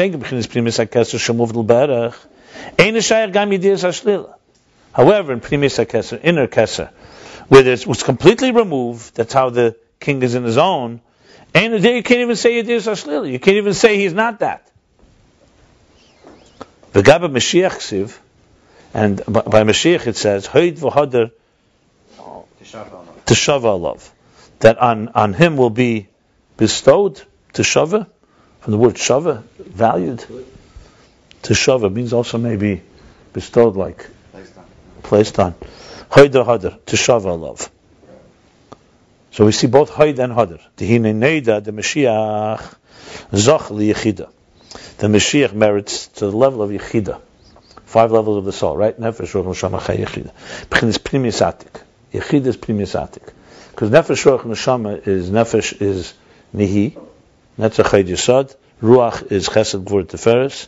Neshama is Chochma, Bina, Das. And then Chochma, Bina. And then Keser, Arich is Yechaya. And Atik is Yechida. What is Nefesh? Nihi. Netzach Ched Yesed. Pnimius Atik. Only Atik was Pnimius Atik. Yeah. I don't even know. Primis Atik. We mentioned before, Primis Chachma, Primis Atik. Okay, let me finish. That's what it says, V'nocha alav. And we'll rest upon him. The Spirit of God, we say this is the Haftarah of Pesach, Achashah Pesach, Rucha Datika, the Spirit of Atik. V'noida Gamkein, it's also known. Rucha Datika is not in that. Not in the pasuk. No, that's a Zohar on the pasuk. Yeah. V'noida Gamkein, it's also known the Limud HaTeirah, the Mashiach, the study of Teirah of Mashiach, Yibchins Primis HaTeirah, will be the inner Teirah. Shiashpia l'Klal Yisrael, that he will transmit to Klal Yisrael, general Israel, bestow. Shpia, will teach, mashpia, teach, transmit. It's more limud. It's more than limud. It's mashpia. Yeah. The Eifan Alim begins samachus, and the way of learning won't just be learning, teaching ideas. He'll be showing you, like you're seeing the essence of it, seeing the personality of it. Like it says elsewhere. Tashva alav. Teshava alav. That means the Haid v'Hadar. What's the two things, Haid and Hadar, based on what we learned? Haid, Latzmusei. Haid is the Nord Latzmusei, meaning that we're going to get the Atzmus of it, the core, that will be the level of inner Keser, which is Atik. And Hadar, what he'll be able to reveal it in a state of Haid. So let me just explain this a moment, just to help out. Yeah. Which will help also the continuation. You see, this is going, obviously, to pretty high levels here. But I think it's important to step back a bit, especially if you want to hear about other chapters. Let me just sum up one thing. I think this is very important. Remember I've been struggling with trying to understand, and I think I've got it now. The whole thing began, if you remember Sapir, he began to connect it to Lavan and Yaakov. And there's no question that he's talking Lavan, Lavan, and Elyon. What is the level of Lavan? If you remember in Klippa, he said Lavan was Keser or Chochma. Chochma or Keser. Then he said, that's Vayitzak Shemen. He said Kachab also, I'll tell you. But Keser or Chochma. So Lavan of Gedusha, Lavan and Elyon, meaning this colorless color, Chochma is the step that connects the structure to a place beyond. Chochma tells you, Koyach Ma, where did that come from? Basically, I'm going to use psychological terms. I think it's easier to relate to. Chochma is where conscious senses there's something that's unconscious. Because where the ideas come from. If you recall much earlier, or a little earlier, he spoke about there's two ways. There's Koyach HaMaskil. So it reveals to you that there's a root where the Seichel is coming from. Where is Seichel coming from? So you can't put your finger on it, because that's the whole point. But you clearly know there's some type of collective unconscious state. But then there's the unconscious, Shemen. Not just Yayin. Rozid di Rozid. That tells you there's something even beyond, that's not even, you can't even call it the source of consciousness. So what he said before, there's like, the Koyach HaMaskil is at least, you could say, it's a power in the soul that manifests what's called Koyches Nalamim. You can't see it, it's concealed potential. But then there's how Seichel is in the Nefesh itself. If you were able to look at a soul right now, what did you see? You wouldn't see anything. Because the Seichel doesn't even have the manifestation. You can't even call it a mucker for Seichel. He spoke about this earlier, when he spoke about the storytelling, the hidden story. Now, why am I saying this? Because I think it helps tremendously to understand what we're talking about here. He's now moving into the world of this unconscious and unconscious, so to speak. I'm not talking about here, because even Yediyah Shlila is already the lowest level here now. So really, you're talking here about traveling into a world where, using an example from ourselves, can you reveal the deepest part of your soul? It's an expression, Liba Lepuma Legalia, that a person cannot reveal in words his innermost heart. With his mouth. Right, with his mouth, Puma, correct. And yet, the question is there a way to express that place? Or, you could argue, there's some things that remain inexpressible. Who says everything has to be expressed? Maybe some things just fundamentally remain in a quantum-like state, and never come out. And when they do come out, they're somewhat limited, and not really the essence. Now, obviously, God wanted us to have a full relationship with Him, as we've discussed many times. So He wanted us to learn to express the inexpressible. When you say, for example, Anochi Hashem Elokecha, so what does the Gemara say? That Anochi is an acronym. Ano, Nafshi, Kshavis, Yehavis. I have given my essence into these words. God wanted to give us in words an essence that's beyond words. So it's really a bridge of something beyond and something within existence. It goes back to the interface. So the whole point of Keser, one of the chidushim of the Arizal is that some Mukabalim said Keser is Ein Sof. Others say Keser is one of the spheres. And he said it's both. Keser is an interface. The higher part of Keser is part of Ein Sof. The lower part of Keser is part of the spheres. And Alter Rebbe goes into length asking, what does it mean, the lower part of Ein Sof? What is lower in Ein Sof? Doesn't make sense. But he explains that as well, and we also discussed this many chapters ago. But regardless, bottom line is Keser is a place that is really not consciously accessible. So we're talking about a level, that's why this is a hard level to discuss, because even Shlila is almost impossible to fully understand. And then there's a place that's even beyond Shlila, even beyond negating. So essentially we're dealing here with the core interface of Keser, which is actually, as he's summing up, this is the beginning, the whole Hemshech began with Keser. B'shar Shekdimu, that's with the Ksarim, the crowns that they Nasa and Ishmas, that's why it's going back to Keser. So what we have here with Keser is that there's two levels of it. And Mashiach captures it. Will Mashiach reveal to us the essence? And then you could argue, if it's the essence, then it's not revealable. And then you say, so the paradox, revealing the unrevealable, basically. That's what the key here is. So there's a pasuk that says like this, that in the future, Lo Yilamdu Eid Ishas Re'u, in the future, no longer will one person teach his friend, Kikulim Yedeisi, because all will know me, Eisi, L'miktanam Vad G'delam, from young to old, from small to big. So the Rebbe's father, and the Rebbe elaborates, it's a contradiction here. You say no longer will there be someone teaching his friend, because everyone will know me, everyone, and then suddenly, Katan and Gadol. If he didn't say the last two words, it's beautiful. Okay, today we need teachers, and we need people to teach us. Then we'll all be connected to the essence. So why there's a Katan and Gadol? The answer is because God's not going to destroy the distinction of existence. The thing is, a Katan and a Gadol, each in their way, is going to relate to the Oisi, the essence. So there's a part that you don't need a teacher, but meaning we all have a connection to the core, but there's a part where there will be someone that's greater than another. It's not a contradiction. Today you only have class distinctions. You don't have that equality part. I mean, be'etzem you have it, but not in any revealed way. So essentially, Hayd is saying a Mashiach, you're saying he will reveal the unrevealable. But here's the key beauty here. If you jump from, let's say there's no arich. Let's say Keser was only atik. And you jump from atik to chachma, you're going to have a big problem. Someone's going to have to be compromised. Because atik is not even shlila. You can't get to it from the bottom up. Atik is a jump. Atik is netak. It's removed. So how do you jump from a world of expression and ideas to a world that's completely removed? That's why you have arich is like that in-between place. Arich you get to through shlila. You say, okay, it's not my chachma, so God has a greater chachma. Well, let me meditate on that. What does it mean, a chachma that's not like my chachma? And when you acclimate yourself to that, you're ready then receptive to the atik. Suddenly, can you become aware of that? Beyond of the beyond, the beyond of beyond. But you can't get to beyond beyond if you don't get beyond. He doesn't. I use that pasuk. He doesn't say that here. I'm just here. What he says is, let's read his words here. So it's like this. There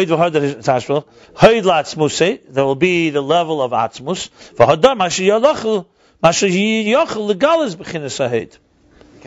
So in other words, you have both things. There is such a thing that what you said before, and then there is a higher level that I didn't say it was a higher level. That you're saying. I'd say it's the same level. Why is it a higher level? The same. If it's the same level. What are you saying? If it's the same level, yes, AC is etzem, and the etzem will be each person according to his level, Katan and Gadol. So you have Choyd and Hodar. So you'll still need teachers then. You still need a Politburo. This is all Because from yes, Russia, because you'll still there's still a gaggle and a katan in our house. There's still a gaggle and a katan. Ad katan ad gaggle. So for that, anyway, listen, I try to bring an example to explain things. My example is confusing matters. So strike the example. He didn't bring it anyway, so fine. If you want to learn more, learn mitzvahs minei melech and derech mitzvah. He discusses this. I have a question. This is saying that Mashiach will be the teacher, Lassad, and he will be teaching dimensions. Remember, it's also Ein Sof, so the journey continues forever. So you need a teacher not to teach you from ignorance to knowledge, from knowledge to more knowledge. But there's never, at the same time, there's also an element of truth that everyone will get on their whatever level they are without a teacher. Because it does say Lo Yilamdu. It says Lo Yilamdu. Lo Yilmadu. They will not teach. They'll also learn from each other, as the Rabbi said. Tzedakah in the time of the Geula is not going to be material tzedakah because you won't need it. It will be people will be. Okay, so bottom line is what he said now is Hadar Mashi Yachal Galas B'chinas Haid. So here he's alluding to that Hadar has a certain mile actually, because Haid, the Etzem is Etzem. To be able to reveal that is another dimension. And this is the Haid V'Hadar. That you will enclose yourself. That's the core energy. And also that's called Levush, now he's saying. Not just Hadar is Levush. Before he said Arich is a Levush to Hadar. Hadar is a Levush to Haid. Now he says Haid is also. Because it says Haid V'Hadar Levashta. The Pasuk says Levashta both. You will dress up both in Haid and Hadar. So now we're going to a level that's even beyond. Now we're going to a level that's beyond the beyond the beyond. Okay, you ready? Right. Because this too, even Haid, is still is infinite energy. It's just infinite energy as he is on his own. It's not the Etzem. He said the oil ha'atzmi, but not the atzmi. Right. And every energy is a form of a garment compared to the core, the Etzem, source, the essence. It's only a revelation of the core. It's only a revelation of the core that reveals the core, but it's not the Etzem, it's not the core or essence itself.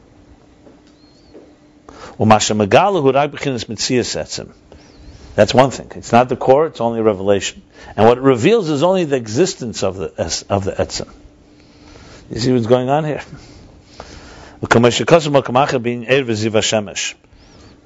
So it's only, what's the difference between Metzias and Mahus, as I explained? Metzias means you know of its existence, but you don't know what it's like. Like someone will say, a minute ago there was someone in this room, and they left the room. So you know they exist, because you know they were here. But you haven't met them. Someone told you about them. Mahus is when you're sitting in front of them and you can relate to them directly. That also doesn't necessarily mean you get all of them, but at least Metzias is like being told that it exists. So it tells us that there's an Etzem. So you see what kind of, you know how far we've gone here in unconscious here? Chachma already is telling you that there's something beyond.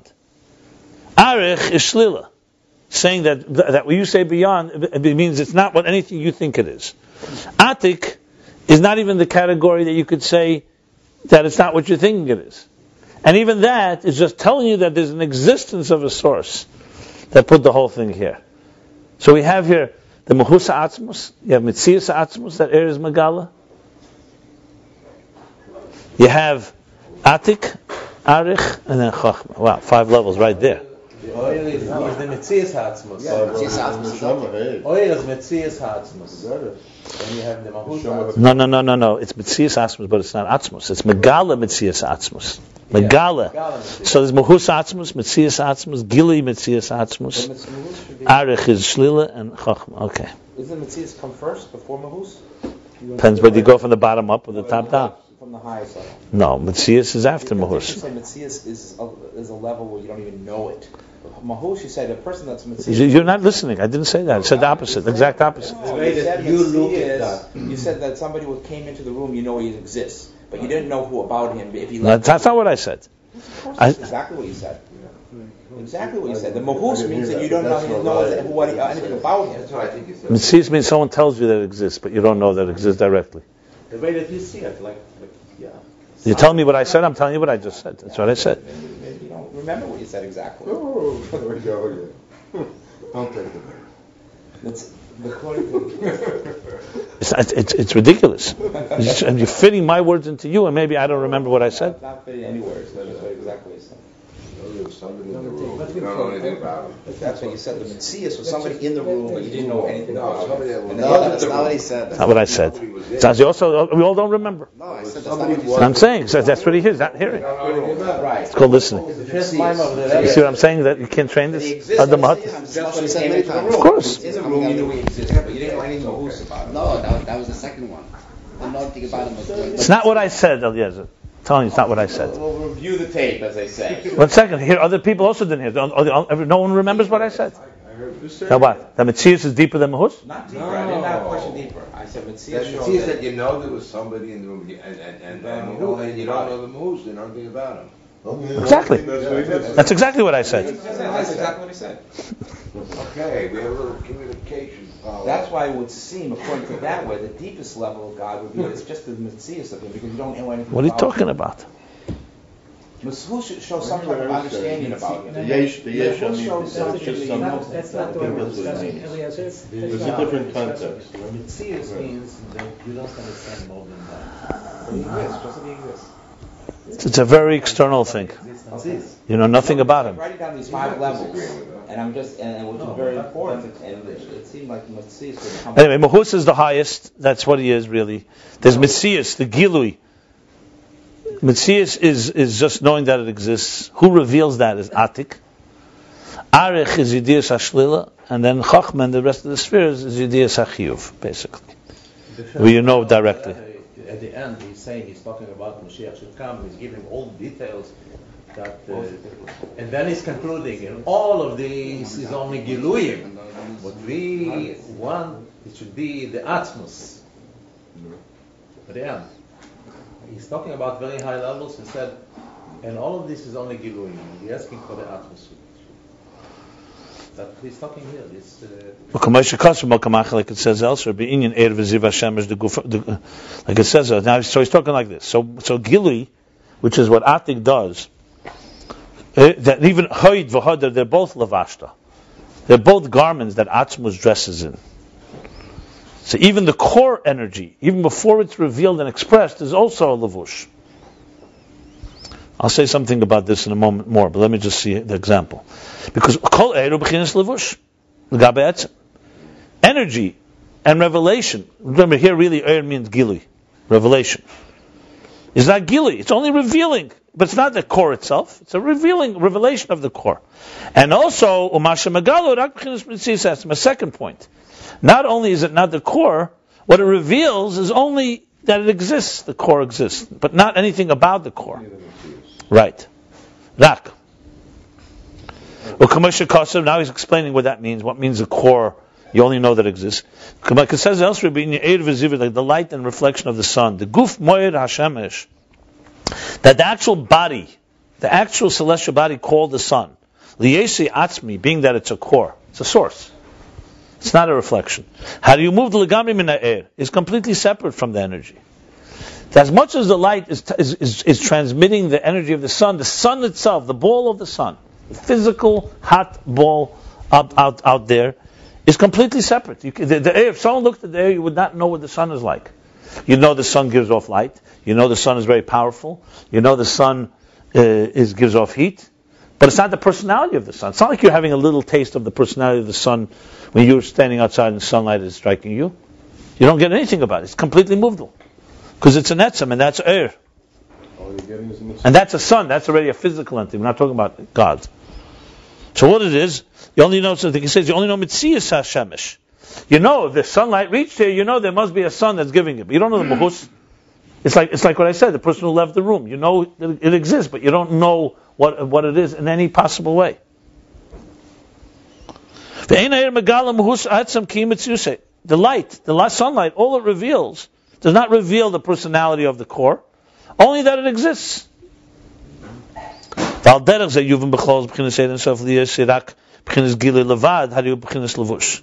the same thing is in general the infinite light, being that it's only a gilui, it's in a state of a lavush. It's a garment. So if you want to say that, what's the difference in garment and container? Obviously, it's a big difference, because what he's speaking container is already expressed, as I said, some form of expression in details. And here you're just talking about that it's a lower state. On the other hand, nevertheless, it's Gili Ha'etzem. It's still, however, Gili Ha'etzem. Remember, he's talking about all Behiris here.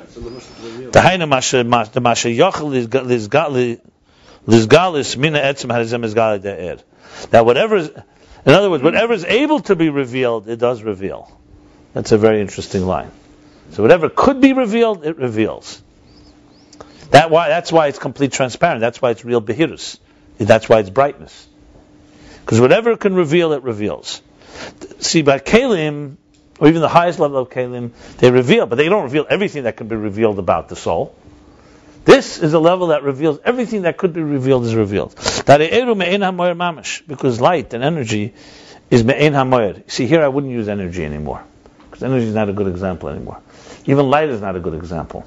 Here I would really use is revelation or expression, because now we're talking about in its purest form. It's simply a state of gilui. That eru me'ein hamoyer mamish, because is me'ein hamoyer is exactly similar. As much as it's only a reflection, and it's only does not reveal the muhus, but what is it?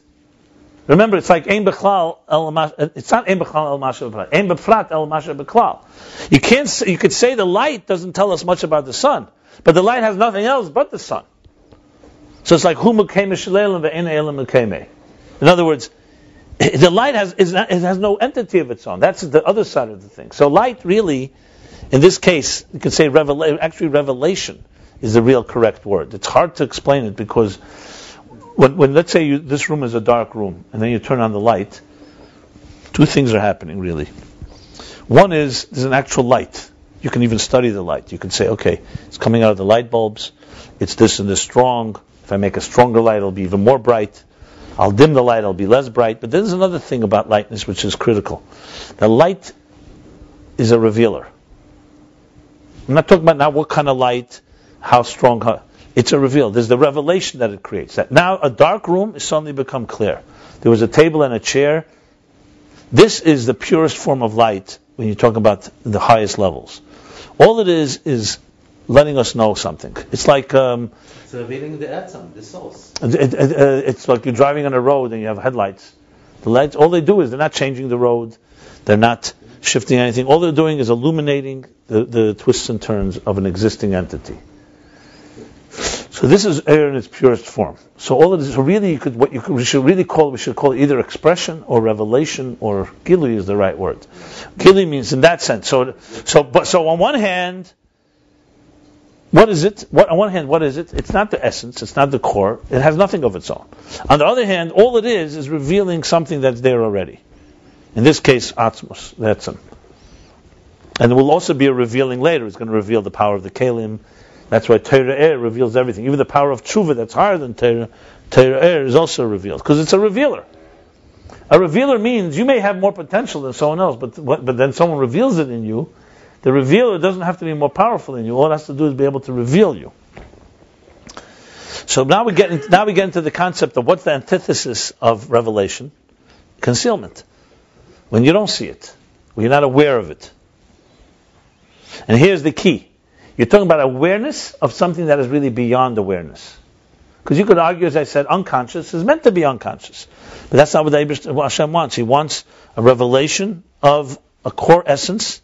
Because you could argue, one second, if the Eir at the end of the day is only telling me that it exists, but it doesn't tell me what it's like, why does it not tell me what it's like? Because what it's like is impossible to express. So what do we really achieve here? So not here, but in other Maimorim, or maybe he will get it, because Eir is so bottled to the Moir, it can also reveal the Muhus of Atzmus too. But he's not there yet. We're going to get to that place when we get to that place. No, but it'll get there, because Eir can be split, because he's saying here it reveals everything that could be revealed. But remember, Yeah, everything. Yeah, but remember that once God also created a yesh and kalim and a yesh, and then comes then can reveal an atzmus that can create such a yesh that itself can never reveal on its own. Only reveals the mitzias, and the that can reveal through the yesh the muhus of atzmus. That's yesh amiti and mitziasim atzmusei. I'm just mentioning it for the record. But itself doesn't have that ability to do it. But because is so bottle, it can convey to us. Now, if God didn't create an existence, obviously it wouldn't convey it. Let's put it this way. If the sun was able to, let's say, create something, then the light, even though light only tells you about the mitzias, existence of the sun, but the fact that, let's say, the light carried power and suddenly something was created, you have to say, now I understand something about the sun. So the light reveals it, but even though it's revealing it through another experience, so to speak.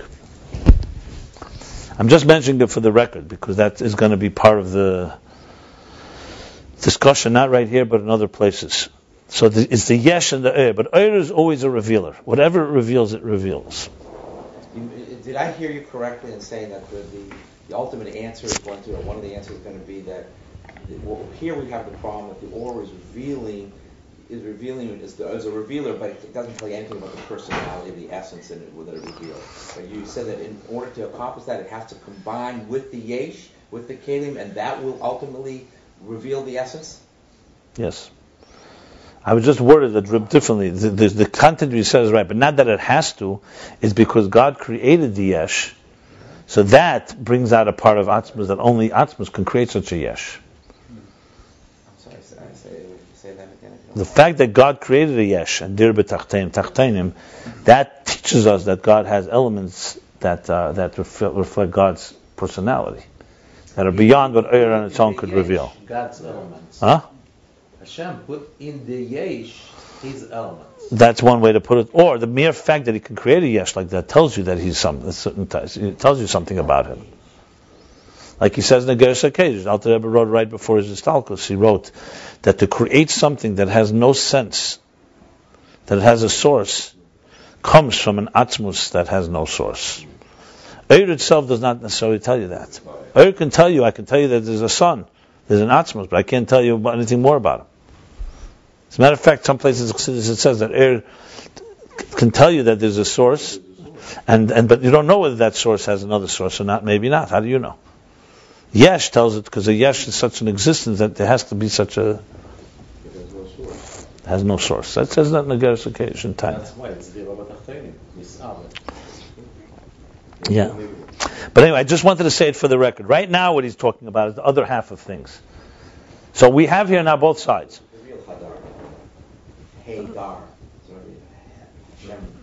The Hari'eru me'ena mo'er mamash ma'asha'ef shel izgaz min v'zeu legabe atzmus shegam ha'heid shegam ha'hodar. Okay. One second. V'zeu legabe atzmus shegam ha'heid u'b'chinas levush. Okay. Let me stop here a second and I'll just explain one thing here. I don't know if this bothers you or you recall, but earlier on, to be specifically where earlier on it was what chapter was it? Yeah, it was in the story part.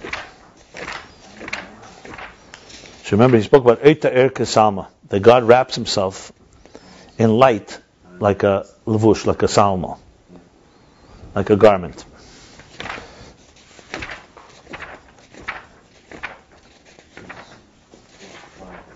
Yeah, here we are. Chapter 94. Wow. So a little while back, 30 chapters ago.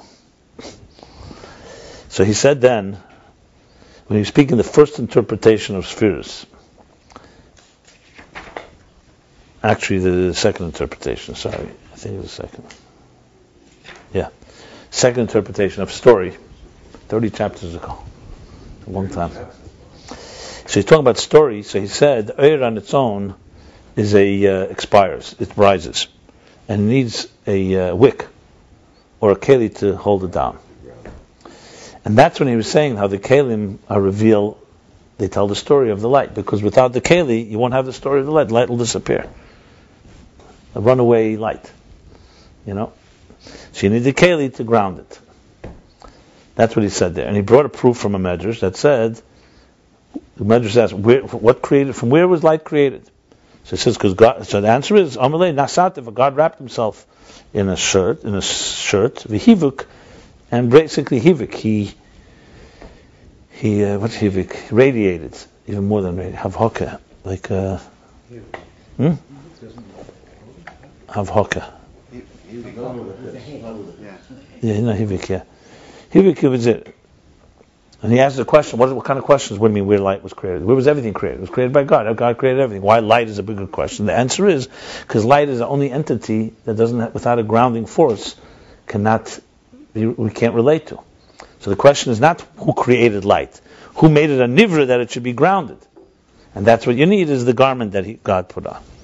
But Chassidus and also Ayin Beis brings two interpretations. So when you say that God wrapped himself in a shirt, he wrapped himself in a shirt. Does it mean that he wrapped himself in a levush, and through that he revealed light? That's what he said in interpretation number 2. He wrapped himself in a keli, in a garment, and the garment allowed the light to be grounded. That's like the wick or the container. But here, if you go back a few chapters back, he says there's another medrash that says Eiter bisalma. I'm sorry, that one is bisalma. This one is kisalma. When it's bisalma, means then that bisalma he grounded the light. He grounded the light with something else. But if Eiter kisalma, that means the Eir itself is a garment. That's what he's speaking on the higher interpretation. That Eir itself is a garment for the etzem. So it's so the first interpretation is a lower level of Eir that's revealed through the containers. And now we're talking about Eir that it itself is the shirt. Because compared to the etzem, so in other words, let's put it this way. Let's talk on a human level. When you communicate with someone you love, a child, a spouse, so you communicate. I'm specifically using someone you care about, not someone in the street, a petty conversation or a superficial conversation. Something where you're revealing your deeper feelings or your deeper aspirations or whatever it may be. Something that less, your defenses are down. You're less inhibited. Because we got to get rid of inhibition is on that lowest level where I talk about where the helamas. We're talking in a world there's no inhibitions. Adam and Chava before the Chet were naked and they were not ashamed. Why? Because their nakedness they not need levushim. Levushim are concealers. They were in a revealed state and it was not a problem. Well, there's nothing in the world that was contaminating. So sexuality too was just another way God created us this way. So it's a pure state. So when you're speaking to someone like that, you speak more air comes into it. But you still need garments, because you still need a garment or a container, because you need to explain it to someone. If you don't use words, they won't know what you're talking about. But that's really more expression of ideas or feelings that are in the world of expression. In the world of expression, you need to have an air and you need to kelim, whether examples or words to express it. But what happens you're in a mode, like he gives examples like in the day of your simcha, you're marrying off your child. We're talking about a Yom Kippur experience, a once-in-a-lifetime experience, where now your etzem is shining. It's not just out of care you're going to teach someone a deep thing or you want to... Now you're not talking about kelim as in words. You're not trying to explain something, you're not trying to teach something, you're not even trying to express something. You're not even trying to communicate an idea or a feeling. Here is just your etzem. But an etzem is inexpressible. So here too there's a levush. God blessed us with a levush. It's called Eir. Which means, it may not manifest in a logical way, but when you get up, like you said, by a simcha, and you just dance, and you tell stories, or all your faculties are suddenly expressing themselves, precisely because it's not with seichel, that's also a gili. So you're showing yourself in your full colors, like a person just gets up and dances, or a person just gets up and sings. It's not a matter of trying to explain something or convey something. It's just the etzem is being this gala. So you have a gili of eris and kalim where the eris ideas are being expressed in words or expressions, And then you have a Gili Ha'etzem, as being just revealing you. The me is being revealed, which is a great blessing, because if there was no garment, you could say a part of you, like I said before, could remain forever locked. No one would ever know that that exists.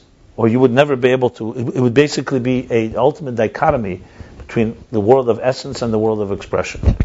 Here, essence can be expressed. Now, that of course tells you also something about the essence, that the essence is beyond non-expression too. He's not expressed, and therefore beyond non-expression, beyond expression, therefore he could be expressed. In other words, you can't say Atzmus is limited in non-expression, in silence. So Hoy tells you, what you say, that silence. And here you say that you don't have to remain in a silent state, it could be revealed. That's what he's saying here. So Hadar reveals something, right? Okay, so now he says like this. Should we continue? Might as well. I'll finish the chapter already. Yeah, let's go.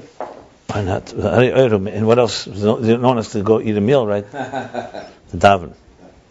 I was saying soon that there is a folk pirush and Sefirah. V'zeu legabe atzmus. V'zeu legabe atzmus, and this is what compared to atzmus, shegam ha'heid ub'chinas levush. Even ha'heid is a state of levush of a garment. Alva b'madrega is the Eir itself, but in the levels of the divine infinite energy itself, has a b'chinas er atzmi. It's a core energy. Omnam b'chinas ha'hodar b'chinas chitzenis ha'kesh shezeh b'chinas hispashas ha'heid has a b'chinas levush levad. However, the next level, hadar, which is the outer dimension, arich, of Keser, which is the outer dimension of Keser, that's only that which is only an expression, an extension of the Hoid, of the inner majesty. This is only a garment. So the Hoid, compared to Atzmus, is a garment, but on its own, it's a core energy. Hadar, on the other hand, even on its own, is only a garment of Hoid. However, also this level is actually revealing the core itself, and does not have any concealment. Because this transmission does not come through any concealment or block or hefsek. What do we say hefsek is? Interruption, yeah. Interceding matter. Okay, yeah. Because it's all it is a revelation of the core. That's the difference between Kelim and Levush. Yeah. No tzimtzum. This Levush, the higher Levushim, yeah. Therefore, it does not have any concealment. And the Nikra Levush Eir, you could say it's called the garment of light. Like, Salma is air. The shirt is energy. Mamish reveals the light. So it's not like an outside garment or something like that. Levush doesn't always conceal. No, this level, right. Well, Kain Ikriyin Hasvidus Ubahidus Edenshav Shalamaylam Atzilus. Now he's concluding. And therefore the primary place of Sefirah and Behirus, where the Sefirah are brightness, is in this infinite divine light that's higher than Atzilus.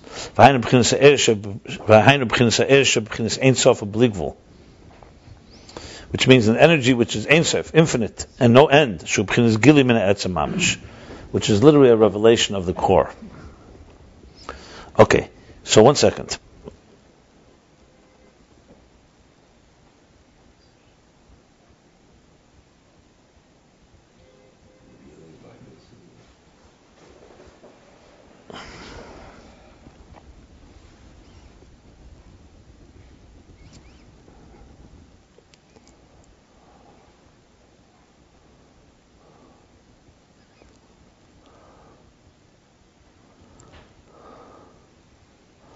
So basically, Haid is the core energy that reveals the existence of Atzmus, and it's not the Etzem. And Hadar reveals the existence of the core energy. So what Haid does to Atzmus, Hadar does to Haid, basically. is what he's saying. Okay. What's the difference between The Kol Mashiach. this oil, what he explained now, and oil in Atzilus? What he said before, he said at length. That this oil we could relate to? He said like the Malach, he's by himself. Eir Atzilus is already Eir Gvul, which is connected to a structure. When you're learning Torah and you understand something, or you're expressing Chesed, that's what we're talking. That's Eir in Atzilus. In Atzilus, Eir is revealing the structure of existence. It's the structure, Chesed. Here we're not talking, you don't see the words Chesed, Chochmeh. You don't hear any detail. This is Kabbalah Sel Machal Shemayim in the broadest sense. Question is whether it's revealed or not revealed. When you're Makabel El Machal Shemayim, not El Mitzvahs, Shema. Makabel Malchusay. So there's Malchus before Kabul, there's God is Be'etzem HaMelech, that's Hoid. Hodar is Rev Am Hadras Melech when the Am appreciates it. Eris and Atzilus is already dealing now when they go back to their lives. They follow the directions of the Melech. The Eris and Atzilus, they also have Levush, the Dargi of Levush. Yeah, but they're the Levush, we spoke earlier, they're the Levush is already, as they go to lower levels, their Levush are real concealers. There's like Levushim. See, that's why I said the two Pirushim. That when we put on garments, that's a concealer. It's protecting you from the weather. These garments that we wear are concealers. The Vush he's talking about is like a Levush. It's basically like this. Etzem, Levush, that is just an expression of the Etzem. Eris, Kalim, and then Levushim, lower than, that are just concealers. So there's Levush revealers, Levush concealers, basically. And the both ends of the spectrum. It's really what's going on. With Beis and was cut. Yeah.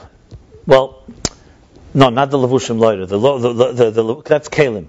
When it's with a Kisalma, Bisalma rather, Bisalma. Yeah, that's Kalim. Yeah. In the Mailam Atzilus, is Kalim? We learned about it. There's Kalim of Kesed and Atik and Arich. But now we're not talking about Kalim. We're talking now Eris. There are Kalim. That's like Chikika. The engraved letters of the Luchas is L'Mailam Atzilus. That's in. Yeah. So the Levush is in the oil. Yeah, the Levush is the Oyer actually. So here we go. So the Levush Gilim in Etzem. You see, the key thing to remember is this. Let me just say it in different words, and this may be helpful. God created a world. And He wants us to make a dir b'tachtenim. He wants this world to be aligned with His plan. Okay, that we all understand. But there's two things that work right here. There's the world that He wants, and there's the plan that He has. So imagine you envision a beautiful structure you want, and you hire people and say, listen, I'll give you all the resources, build for me a beautiful palace. There's two things going on here. There's you want them to build it, you want them to use the resources, you want them to find material, and then you want them to make sure it's aligned with what my plan is. I don't want them to do what they want to do, I want them to do.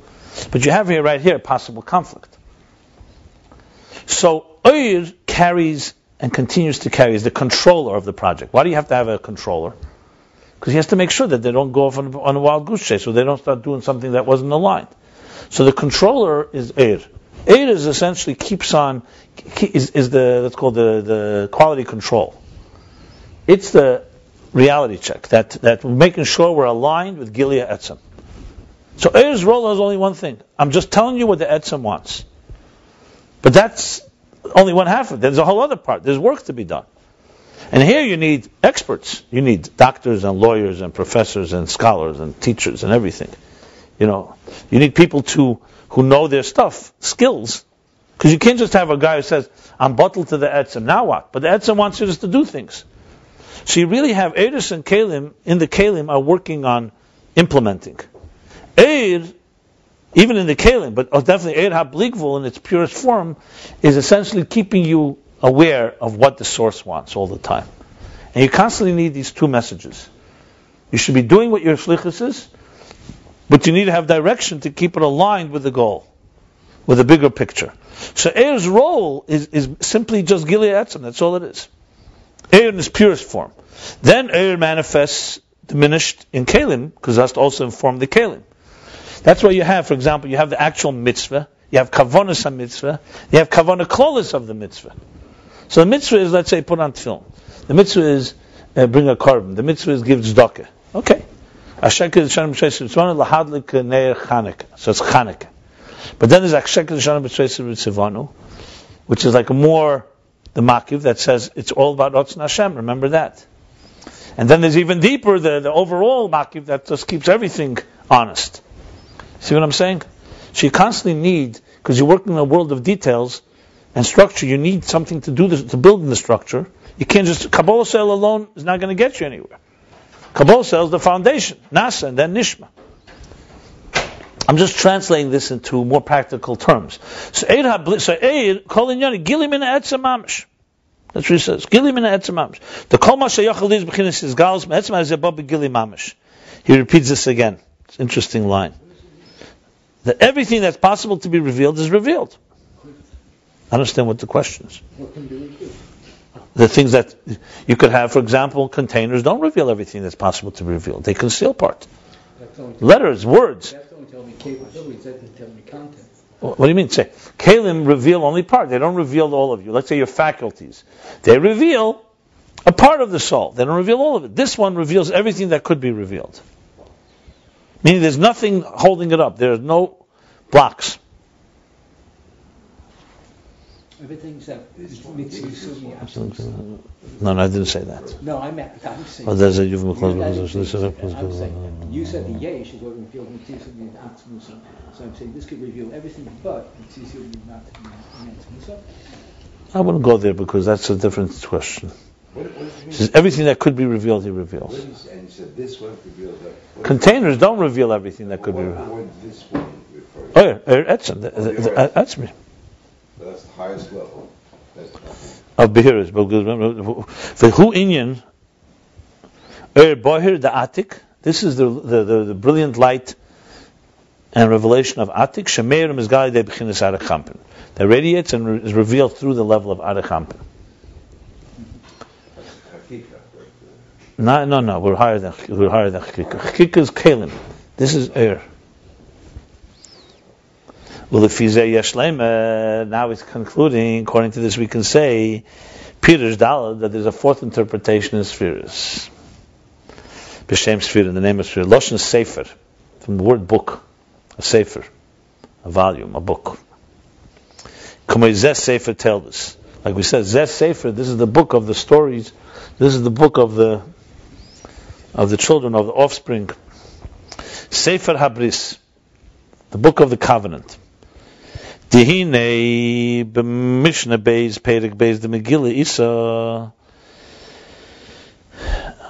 In the second Mishnah, second chapter of Megillah, it says, "Acha take ksuva shuris ala sefer."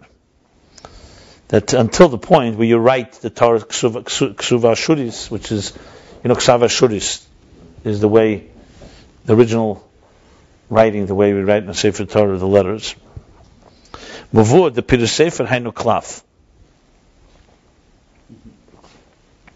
So we see from that Sefer is from the word is a hainu klaf, like a parchment. For Inyan, no, it's actually ksuva shuris ala sefer, meaning it has to be written like a shuris. There's ksav a shuris. There's ksav. What's the other ksav? I forgot already. Ivri. For Inyan, and the Inyan is the Inyan. Omer Razal kol eisha ing vil mukifla medal ruchiseha, because Razal say, and this was brought earlier, that every letter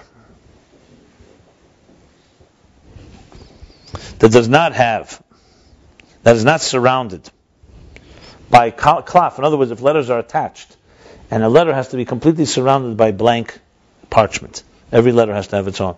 So it says, Kol eisha ein gvul mokifla medal ruchiseha psula. Every letter that is gvil, that it's basically she'en gvil mukifla, that the gvil, the klaf, the parchment does not surround it, mukifla, from all four directions. In other words, if it's connected to any letter, above, below, right or left, psula, it's invalid.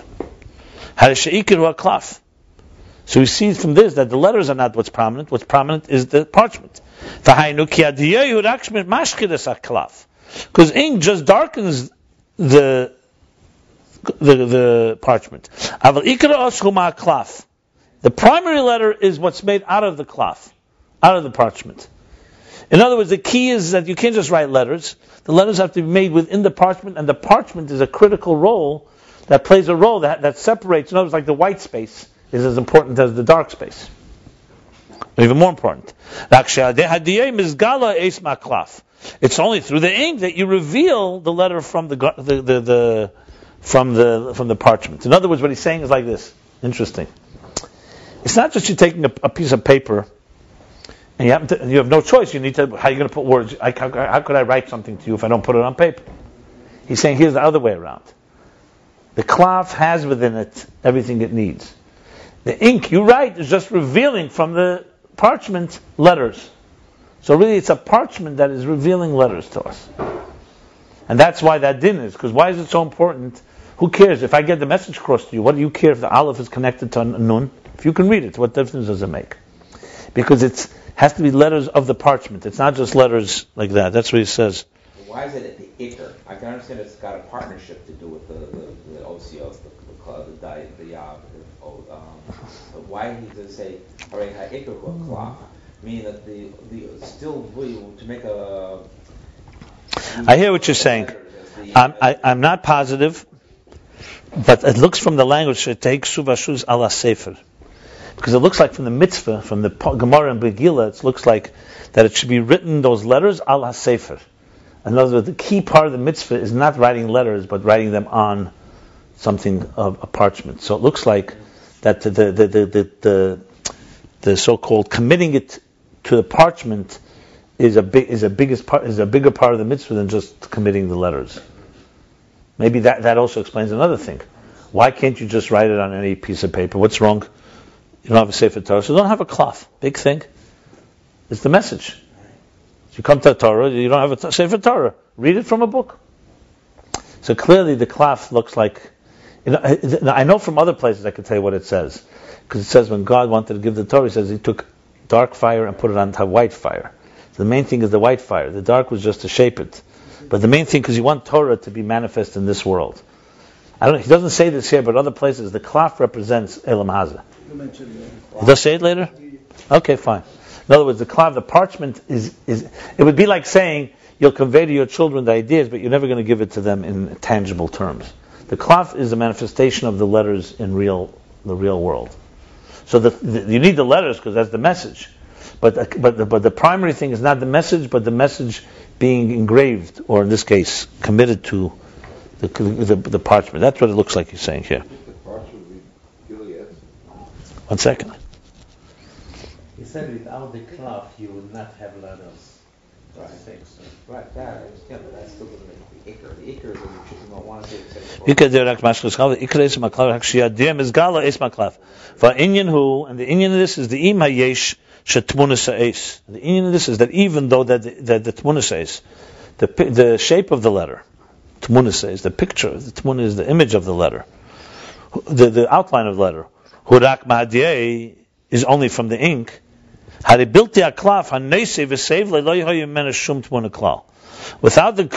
parchment, neisei, carrying it, v'sevle, and tolerating it almost. Carrying it and sevel, and it's more than tolerating. Sevel here is carrying it and bearing it. Yeah. There would be no image at all. In other words, think of it this way. If you just had a pen and ink, you wouldn't have anything. So what's more important, the pen and ink, or, I think I got it. Remember, I keep using the example of the artist. In the artist's mind, he can have the whole image there. But that's lifnei atzimtzum. If you want a reality, the whole point of writing a Sefer Torah is not in God's mind, the Sefer Torah. We know God knows what He wants.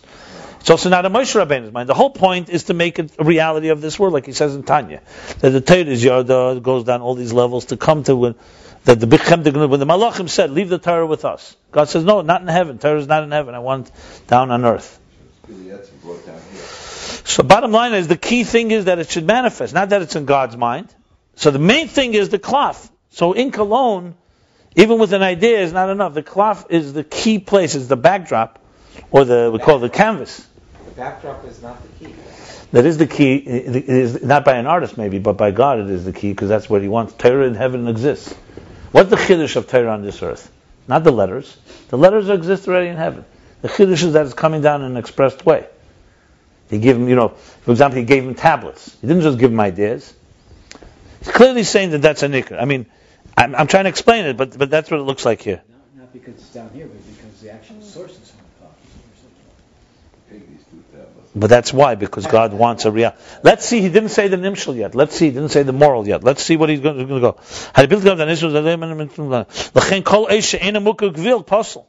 That's why every letter that's not surrounded by parchment is invalid. And if that's the case, the ink, all it does is darkening the parchment. It's darkening it in order for the parchment to reveal the letter. And the primary source of the letter is from the parchment. I have two things to say that I think may help. Okay? I think I just realized something. Let's start with Michelangelo. When he was asked, how does he sculpt these beautiful angels? So he says, I saw the angel trapped in the marble, and I carved and set her free. In other words, it's not he put an angel in the marble. The angel was there. And he carved away to reveal it. If you ask some people in graphic design, they'll say what's most important in letters on a page is not the letters, but the white space around it. I'll give you an example. If you don't know what you're doing, take letters and put them on a page. You'll see someone will read it, they won't be able to really read it. Because there's more white space on this page than letters. So, what are you doing? Are you making letters on a white space, or you're taking a white space and just moving away enough so you should be able to see letters? So we think, in our mind, we're creating letters because you're taking ink. What you're really doing is you're allowing the cloth to not just be a cloth on its own. A parchment would be blank. You're bringing out the letters from the cloth. You're bringing the angel out of the marble. That's what I think that's the key thing. In Torah, it works that way. Listen, obviously, physically, you could say it's not the case. We go ahead, but I think that is a very important point. In other words, the material world is simply raw matter waiting for us to reveal the power that it has in it. Matter is really energy. So the cloth is really the letters, except you need the ink to tell us where the parameters are to express that energy. That's what he's saying here. Interesting. That's why it's so critical every letter is surrounded by cloth. Why would it be so important if not?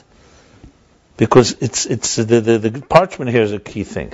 The truth is, I think I'm not a Sefer, but I think in Hilchas Safros, just from thinking a second, when they're Mekadesh, the cloth itself is holy once you put letters to it. It's not just the letters. In other words, if somebody, for example, erases, God forbid, the letters, the cloth remains a holy cloth. It's not just because the letters are there. Once the letters are committed to there, you're talking here with the thing forever is. Anyway, I just shared the Michelangelo. I thought it fits. Let's see where he's going with this. Obviously, You gave from Michelangelo. It's powerful. Yeah. I don't want to use him as an example. But it's a Malach Mechol, Michelangelo, the angel Michael. Here we go. This is really going to take you for a loop. If that's the case, we have to say that there are letters in the parchment. You have to say there are letters. What the ink does not darken. Umegala. Mashkir umegala. Umezgala rak mitzad atzmei. Umegala, umizgala. No. Not quite. Sha'en hadiyeh mashkir. So where would you stop? Im kein tzoglim sheyesh eiz baklav gam ma she'en hadiyeh mashkir. Umegala, umizgala, rak mitzad atzmei. Is there a comma after mashkir? What? How do you read this? No, I think you're not reading it right. Im kein tzoglim sheyesh eiz baklav gam ma she'en hadiyeh mashkir. Umegala, umizgala, rak mitzad atzmei.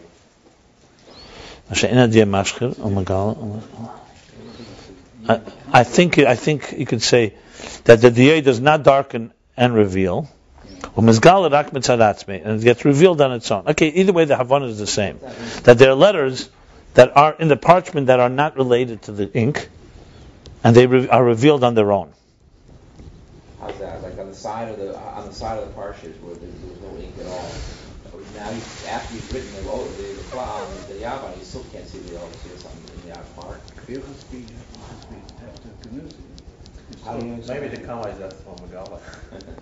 It doesn't change the pshat. It's still the same thing. Yeah.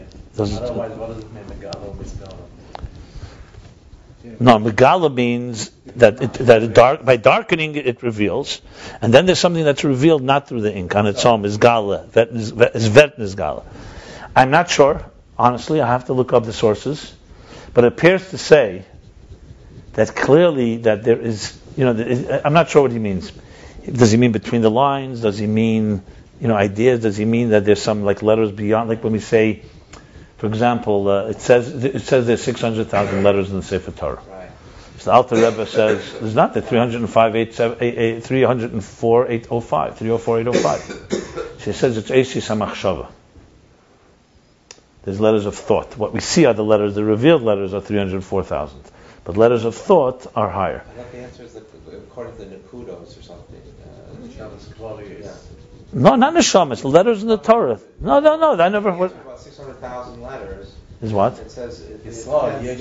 No, that's letter. I'm talking about letters in the Torah. There's only 304,805. So the Alter Rebbe asked the question. Look what the Torah B'chukei say, and his answer is Eisis Amachshava. What's the question? It says yes, Shishim Ribi Eisis L'Torah. That there's 600,000. It says. So they say the thousands, the 300,000 others are Eisis Amachshava. That's what the Alter Rebbe answers. It's bigger than the sum of its parts. Huh? The whole is bigger than In other words, what's saying is that there's probably letters that are not visible. I'm not sure. I want to look it up. Yeah. The im came. Okay. But here he's talking. Here he's talking in reality. I just mentioned it. I don't know what he means here. But what reality? You see letters that are not. Letters without the ksav, without the cloud. It's not letters. It's not what he said here. He said now you have to say that they're letters that are not connected to the ink. Right. That's the question. So let's see the nimshal. I'm not sure. I have to look it up. The moral of this, the white parchment that is the infinite light. That's completely shapeless, completely blank, and simple. There's no letters on it. Va'esius and the letters Sefirah. Those are the 10 spheres. They are energies and containers. The containers that reveal the energy. I'm sorry. Va'esius one second. No. Right. Sorry.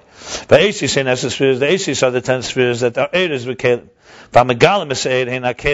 And what reveals the energy is the containers, meaning like the ink. One second.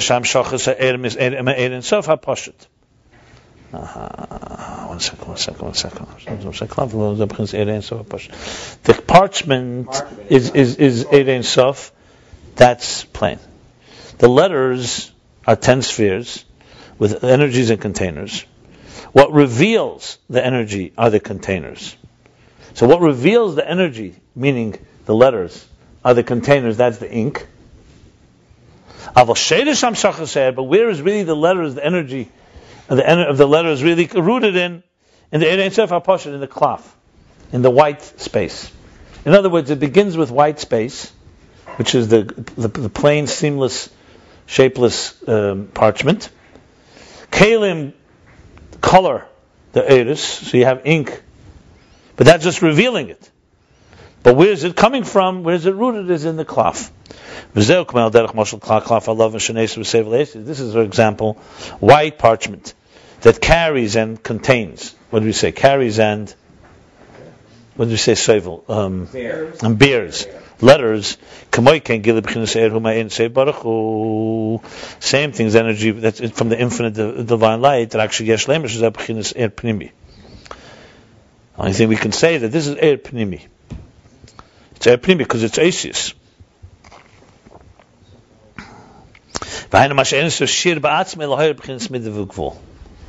Okay. It's all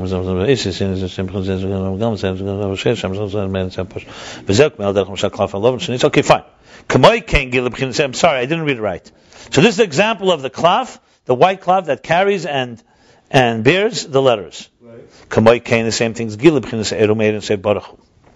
Same thing is the gilib b'chinas eromeir and sev baruch. So really, air really comes from the infinite light. But however, he says it, but now we're not speaking about, in this case, with the klaf, the parchment we're speaking about air hagvul, because it's letters. Because this is how God envisioned and allocated and estimated to radiate a midah v'gvul. What is this? The ACS? Midah v'gvul is the ACS, the Eir Ein Sof here. What the klaf, in other words, the white parchment is not engraved letters. Remember, it's white parchment. It's a white plain parchment. That is when God envisioned that He wants to have one piece of art that's going to be consisted of 10 spheres. He envisioned it in His infinite divine light, which means on the plain white parchment was envisioned 10 spheres, and then came the kelim, then came the containers, the ink, that brought it into reality. But it's all sourced in the infinite light. That's what he's saying.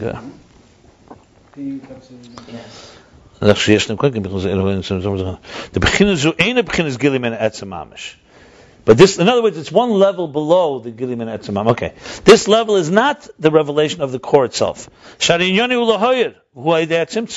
Because this energy is in order to radiate, and it comes through a concealment. And for sure, the containers, so through the containers, the energy, the light is not revealed the way it is. So what did he speak before? I'm going to explain in a minute. I'm going to explain.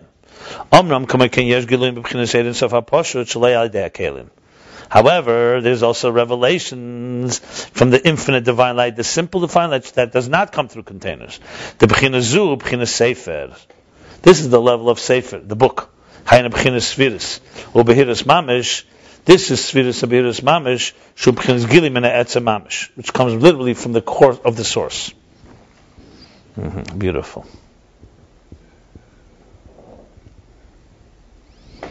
Let me finish and I'll explain it. And this is what Razal say. The Torah was given dark light, black flame on top of a white flame, white fire, black fire over white fire. The because general fire, that's a level of light, of energy. Like we learned before, chapter 91. The black flame, black light. What do I say? Black flame.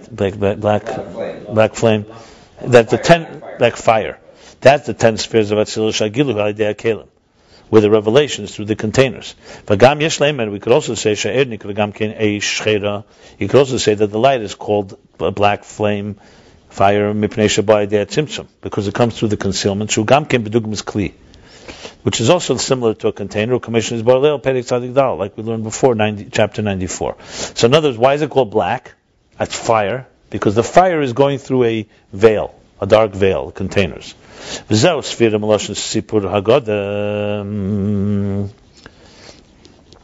finished. 1 second. So we got that. I'm going to explain in a moment. And this is the meaning of Sefirah from the word telling a story and the narrative. Like he said there, that the containers reveal the energy. But the white fire is the energy and the revelation of Atzmas Ein Sof HaPoshet B'Tachlis. That's completely white. There's no black there. There's no ink. Completely pure. B'Tachlis. V'huyin Sefirah Meloshen Sapir V'Sefer. And that's already Sefirah from the word Sapir, brightness, and Sefer, a book. U'B'derech Prat, and more specifically, B'Teira, in Teira itself, Yeshlema, we could say Shezeh B'chinas Chetzenes or Pnimis B'Teira. The outer dimension and the inner dimension of Torah, or the level of the secrets of the secrets. Gam Yeshlem, we could also say Ayin mitzvah sesa, mitzvah leisesa. We could also say this is mitzvah sesa, positive mitzvahs, and mitzvah leisesa, negative mitzvahs. Okay, let me explain this. This needs some explanation. Very heavy duty here. Very heavy duty. I still don't understand in the model. The Klaf is... Yeah. In the Nimshal, I understand it perfectly. In the Nimshal, it's very clear. Here's how it works. So here's how it works. The Atzmus. So the Etzem, Mahusa Etzem, we're not talking about. We have Eir Habligvul, that's higher than spheres, is basically just revealing the source. So it's a revealer. As it's a revealer, it's the purest form of Behirus. Because everything lower already has some shape and form and has some concealment. Not just the garments. Letters, containers, they reveal, and they may be even transparent, but at the end of the day, there is something there that's more than just revealing the source. There's an identity, there's a piece of glass, there's a mushal, there's letters, there's words. In those words itself, we went all the way up to Kalim of Keser. That's Kalim of Atzilus. Then there's Kalim of containers of Keser, and there, it's already engraved. So now engraved is already of the same substance of the Eir, but it's letters, it's still letters. It's still a form of expression. Then he moved to even more brightness, is the Eir itself. And there he spoke about two levels, Hoid and Hodar, Atik and Arich. The Eir of Hoid is also lavush compared to the source, because it's a revelation, it's not the source. And a revelation doesn't reveal the personality of the source, only that it exists. And then there's Hodar, Arich. Arich expresses to the next level, to the lower levels, will express that dimension. So that's two levels of Eir. But both of them are Gilui Ha'etzem. Yeah. Yes. As opposed to the lower levels, which are already not Gilui Ha'etzem. Okay. Because there's no symptom. Okay. So here the garment is basically, God, basically the Etzem manifested in a garment. He's dressed in a garment, but the garment is a complete revealer. Whatever it can reveal. And then he said, okay, according to this, you could say now we have a fourth interpretation in Sefirah. Not just that it's brightness, not just what we said, number, story, brightness, not just that it's brightness, but it's a Sefer. What's Sefer? So he explains Sefer is the cloth. This is now we're talking about is the white space. And he says in the Nimshal, let's look at the Nimshal here, the moral. The white space is Eir Ein Sof. However, there's two levels in Eir Ein Sof. There's Eir Ein Sof as it began before there was even an envisioning of 10 spheres and letters. And then there's the Eir Ein Sof as it becomes a klaf, a garment, where it is now beginning to have the ability to that where you will create letters. So the kalim, the ink, actually shapes the letters, but the root of the energy is in the Eir. However, he makes it clear there's two levels of Eir. There's the Eir as it's the Eir, the beginning of Eir Hagvul, which is the letters themselves, and then there's the Eir that's even higher than that. Without any contail. The B'chinas Sefer, the B'chinas one Spirit, the B'chinas Sefer, the B'chinas Spirit, there's Mamash, the B'chinas Gilum. Okay. Right.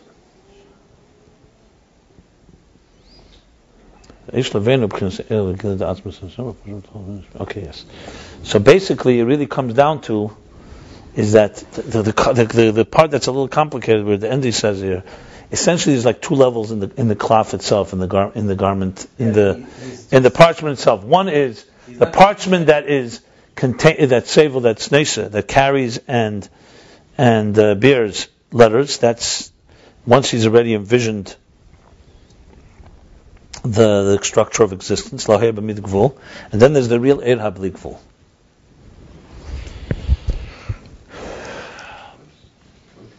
Okay, so it's a third level. He's definitely saying a third level here. So in other words, there's kalim of the containers of Keser are like engraved letters. They reveal the energy in a pure form. They're seamless, but there's still some letters there. Then there's the energy in which they are in, which is the klaf, which is like the the white parchment, but it's still an energy that's still defined energy. It's imminent energy. It's Er HaGvul. The letters. And then there's the Er HaBli which is beyond containers altogether, the real white light. So the white fire, and that's where the true nature of brightness. Okay. What? So Hod v'Hadar would be the last two levels. These two levels. Hod is the white light of the Bligvul, the white fire, the Bligvul rather, and Hadar is how it's already parchment that in it will be made letters. I guess the question is, Hod was receiving the letter of the heroes. We're trying to go beyond that now. No, we're not going higher than Hod. We're not going higher. No. So why do we need Sefer then? What does Sefer add? Sefer, I think, adds that Sapir, Hadar would have maybe the ultimate of brightness, and Sefer, the ultimate of a Sefer is I think Sefer and Sapir he uses together is basically Atik and Arich, but maybe breaking it down, Atik would be Sefer, and Arich would be Sapir. Or maybe the other way around, to be honest. I think the Sefer seems like it's higher. I have to study it a little more, but clearly he's bringing now it to a conclusion, and remember there's another chapter he's going to speak about it. Huh? Yeah. What? I'm going to do the Kitzur, yeah. Listen, I'm going to sum it up again. I have to study it myself. I have to get more into detail. Something he brings in the oil pnimi. No, but if you know the whole flow here, he keeps going back to the oil pnimi. It's a recurrent theme. It's not a derech hagav. It's a very. He's talking the whole entire time about the moke, the oil is. Yeah, but it's 20, 30 chapters. He keeps saying this. This is a consistent theme. These two. It's not a Maimon Amuzga. These two things, that there's Eir HaBligvul Mamish and there's Eir HaGvul of Shir Atzmi B'Keach, is a recurrent theme in the whole picture. And these both are included in the klaf? That's what it looks like here. Yeah, clearly. Because he's saying Rak.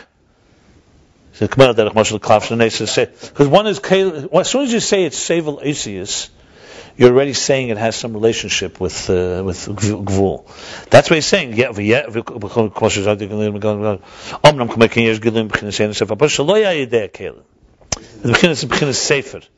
So he's saying both. In other words, sounds to me like there's one stage where the klaf is like beyond letters, and then the klaf goes to the next level where it becomes now ready for letters, which makes sense. First is Eir HaBligvul, which is Sefirah Ein Ketz, and then comes the next level. It's like the ishtalshlus of how Torah comes from a place of infinite possibilities to get it down to the 10 Seres HaDibros. Maybe it's what he said, that there is the klaf.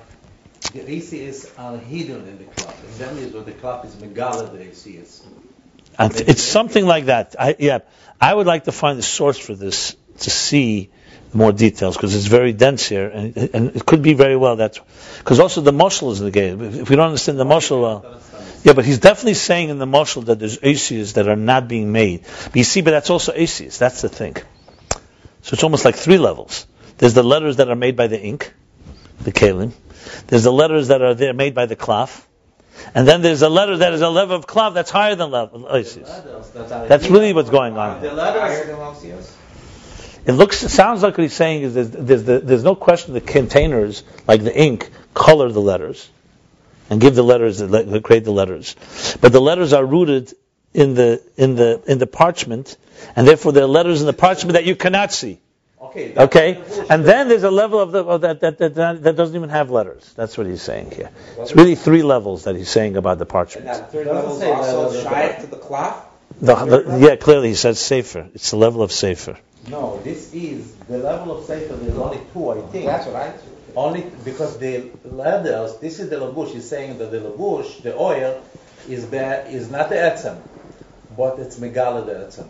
So this is like the klaf that is having the... I agree. I said there are three levels. Not that there are three levels in Sefer. There's one level of the actual letters. There's how the letters are coming out of the parchment. And then there's the parchment has letters that are not coming out of the ink, but they're in the parchment. And then there's the parchment that's beyond letters altogether. Really saying that. Read the last two lines. Nom. This Gilui. Why don't you read it? I read. There's no letter. Shaloya yidei kelim. This is the Lavush. The Lavush. No. Where's the Amma? Well, I know what levush mean. I don't know what you're saying. We learned the whole page about the Hoid Behodo. But what's that? He just said that there's one level of the klav that's sevelasius. Then he says there's a level omnam. There's a level that's not related to kelim. Read it, and you'll see what I'm saying.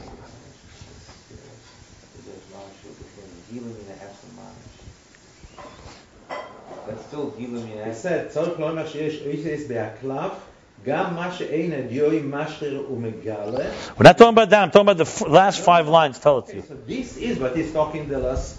This is No. that the oil Absolutely not. shelo haya li be'akelim. Why not? Because there's Asius. It says there's Asius. Read the Kamaikin Yeshli says you skip the line. B'chinas sevel shenesav v'sevel Asius. You see that line? 4 lines from the bottom, 5 lines from the bottom.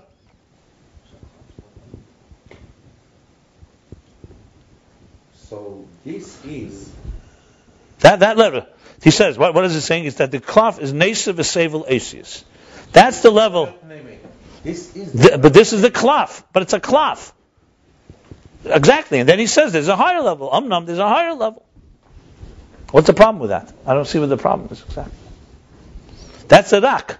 That's why he says rak sheyesh lemer. What's the difference between no say and sovel anyways? Why would the writer bring 2 words? It happens many times. It's 2 little aspects of the same idea. What's the difference between no say and sovel? Academius.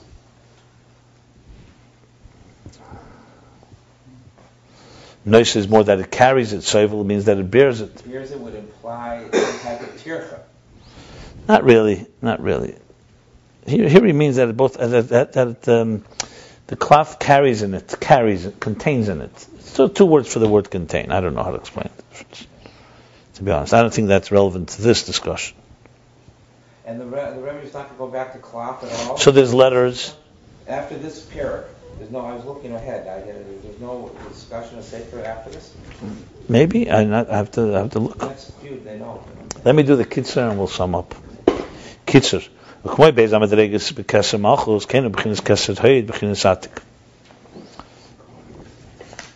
he say here?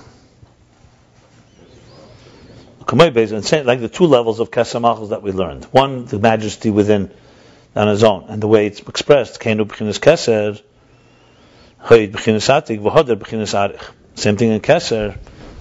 Hoid is the level of Atik that's removed. Which is connected. Through which it radiates the reflection of Atik. In this letter there's Yediyas HaFlaw, there's an awareness, there's a comprehension of its grandeur. Mashenkin Ba'atik. In contrast, in Atik you don't have this awareness, this knowledge. Mashiach will reveal the core level of Hoid, and Hoid, compared to Atzmus, is also a garment. However, that's the core energy. For Hodr Rak is Galas Haid. And Hodr is only the revelation of Haid. Yet it reveals everything that radiates and manifests in it. According to this, we can say Sefirah is also from the word book. Like the letters that come from the actual parchment. Same thing, the revelations from Atzmus and Sof are the level of Sapir v'Sefer. So Sapir focuses on the brightness, and Sefer is that they're focusing from the source. They're coming from the source. The only distinction is that there's 2 elements in the source. One is how the letters are coming from the klaf, and that's the Pnimi. That's how God envisions existence. And then there's a klaf higher than that, where it began the Erab Ligvul, which has not relationship to Asis. Let me explain it to you like this. Can I say this? Think of it like this. You're an artist. Put it into artist. The artist is beyond anything. It's etzem. We're not talking about the artist. The artist now wants to express himself. wants to create, wants to reveal. The first thing he does is creates a canvas. Don't think of canvas as a keli, it's a lavush. He puts himself into a lavush, into a shirt, where he's going to express himself. If you look at that state before anything, it's shapeless. Because it's as close, it's completely bottled to the source. The source has not, if Atmos manifests in something, it's bligvul, not shaped. You need now an ingredient to tell it, do this, do that. And that ingredient hasn't yet been infused. You get it? So think of it like the source code that just, like a projector projecting white light. That would be a good example. A projector projecting white light. Now, of course, there's a plan. It's not just white light. He wants a plan. So on this white light, which is completely pshitus, that's what he said, complete pshitus. There's potential of a lot of things. There's infinite potentials. So the first thing is there's going to be an infinite amount of spheres. He's not saying that yet, but I'm just saying it because it's a level. Then at some point, and I'm just whatever point that is, he wants, within this white light, he wants to have, this is a klaf, this is a blank, he wants to have another state where it begins to turn into letters. But they're letters of the klaf, they're letters of light. They're not containers yet. I don't know how it is in the mashal. Forget about the mashal. Just to think of it, white light, that now is going to begin to contain within it, in the artist's mind, 10 spheres. Chachma, Bina, Das, Chesed, Bor. So now we have two stages here. One was a white light without any aces, which conceptually is a different level. And then there's a stage where the white light is now envisioning those letters. But it's still only envisioning it. It's still Ein Sof. There's no tzimtzum yet. But here you already can't call it pure brightness because it's already saying 10 and not 11, 10 and not 9. But it's still in the white light. It's just like that's the Seder Sefer Pnimi essentially, right? And now how do you make it happen? So God has another power. He creates a paintbrush. It's called Kalim. In order to actually see, all this is so consumed by the white light that there's no way in logic. We're talking about God can do anything. But in our logic, how do you get out of the white light actual images? We need a table. So how God make it in a logical way? He created a paintbrushes. It's also Keach HaGvul. This is a whole different track. So another thing is introduced ingredient into this white light. It's called a film. It's called a slide. You put it in front of the white light, and now, the white light is envisioning Chesed and Gvura and so on. This film is called Asis. The light is shining through the Asis. Now you have an Aleph on the wall. So the Aleph is rooted in the energy. But for it to take on shape, you need to create something that's just like, if you look at the film itself, all it is just a film, but think of it as engraved letters, like what do they call them? Those, like letters that are cut out letters. When you shine light through them, it shines the letter on the wall. What are they called? Stencils? Stencils, not mimeograph. There's a thing called, it's like, in school you have it. Shine a light, it's not slides, it's in other words, like a stencil. It's more than a stencil. It's a... No. That's the projection. You know what I'm talking about. So that's like the kalim. Now the truth is, at the end of the day, you're going to want the kalim itself, actually those letters, to reconnect to the energy. But what's going to happen now is, as the tzimtzum now takes place, the tzimtzum is going to shut down the projector. You're going to be left only with the letters. Empty letters.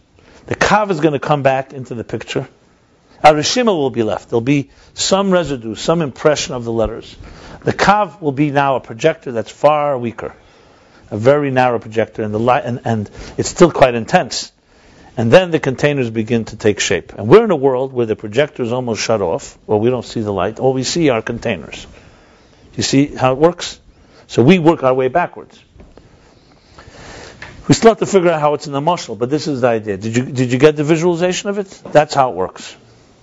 So that's the basic picture. So basically, it's about... But in your mashal there, you turned off the projector, which was supposedly... The Tzimtzum Arishin. But aren't this whole thing is dealing with before Tzimtzum, isn't it? Or not? No, but it's right before Tzimtzum. Yeah, the process of the cloud, the parchment and the letters are before the Tzimtzum. Before Tzimtzum. Yeah, but then comes a state where you need to reveal these letters. Didn't discuss that here. When you turned off your projector, that was on a lower level than we're discussing here, right? Yeah. Okay, so we'll stop here. Do me a favor, tell that person I'm ready now. And let's close it. You don't mind, close it. The person going down the steps waiting for me. Please. Okay.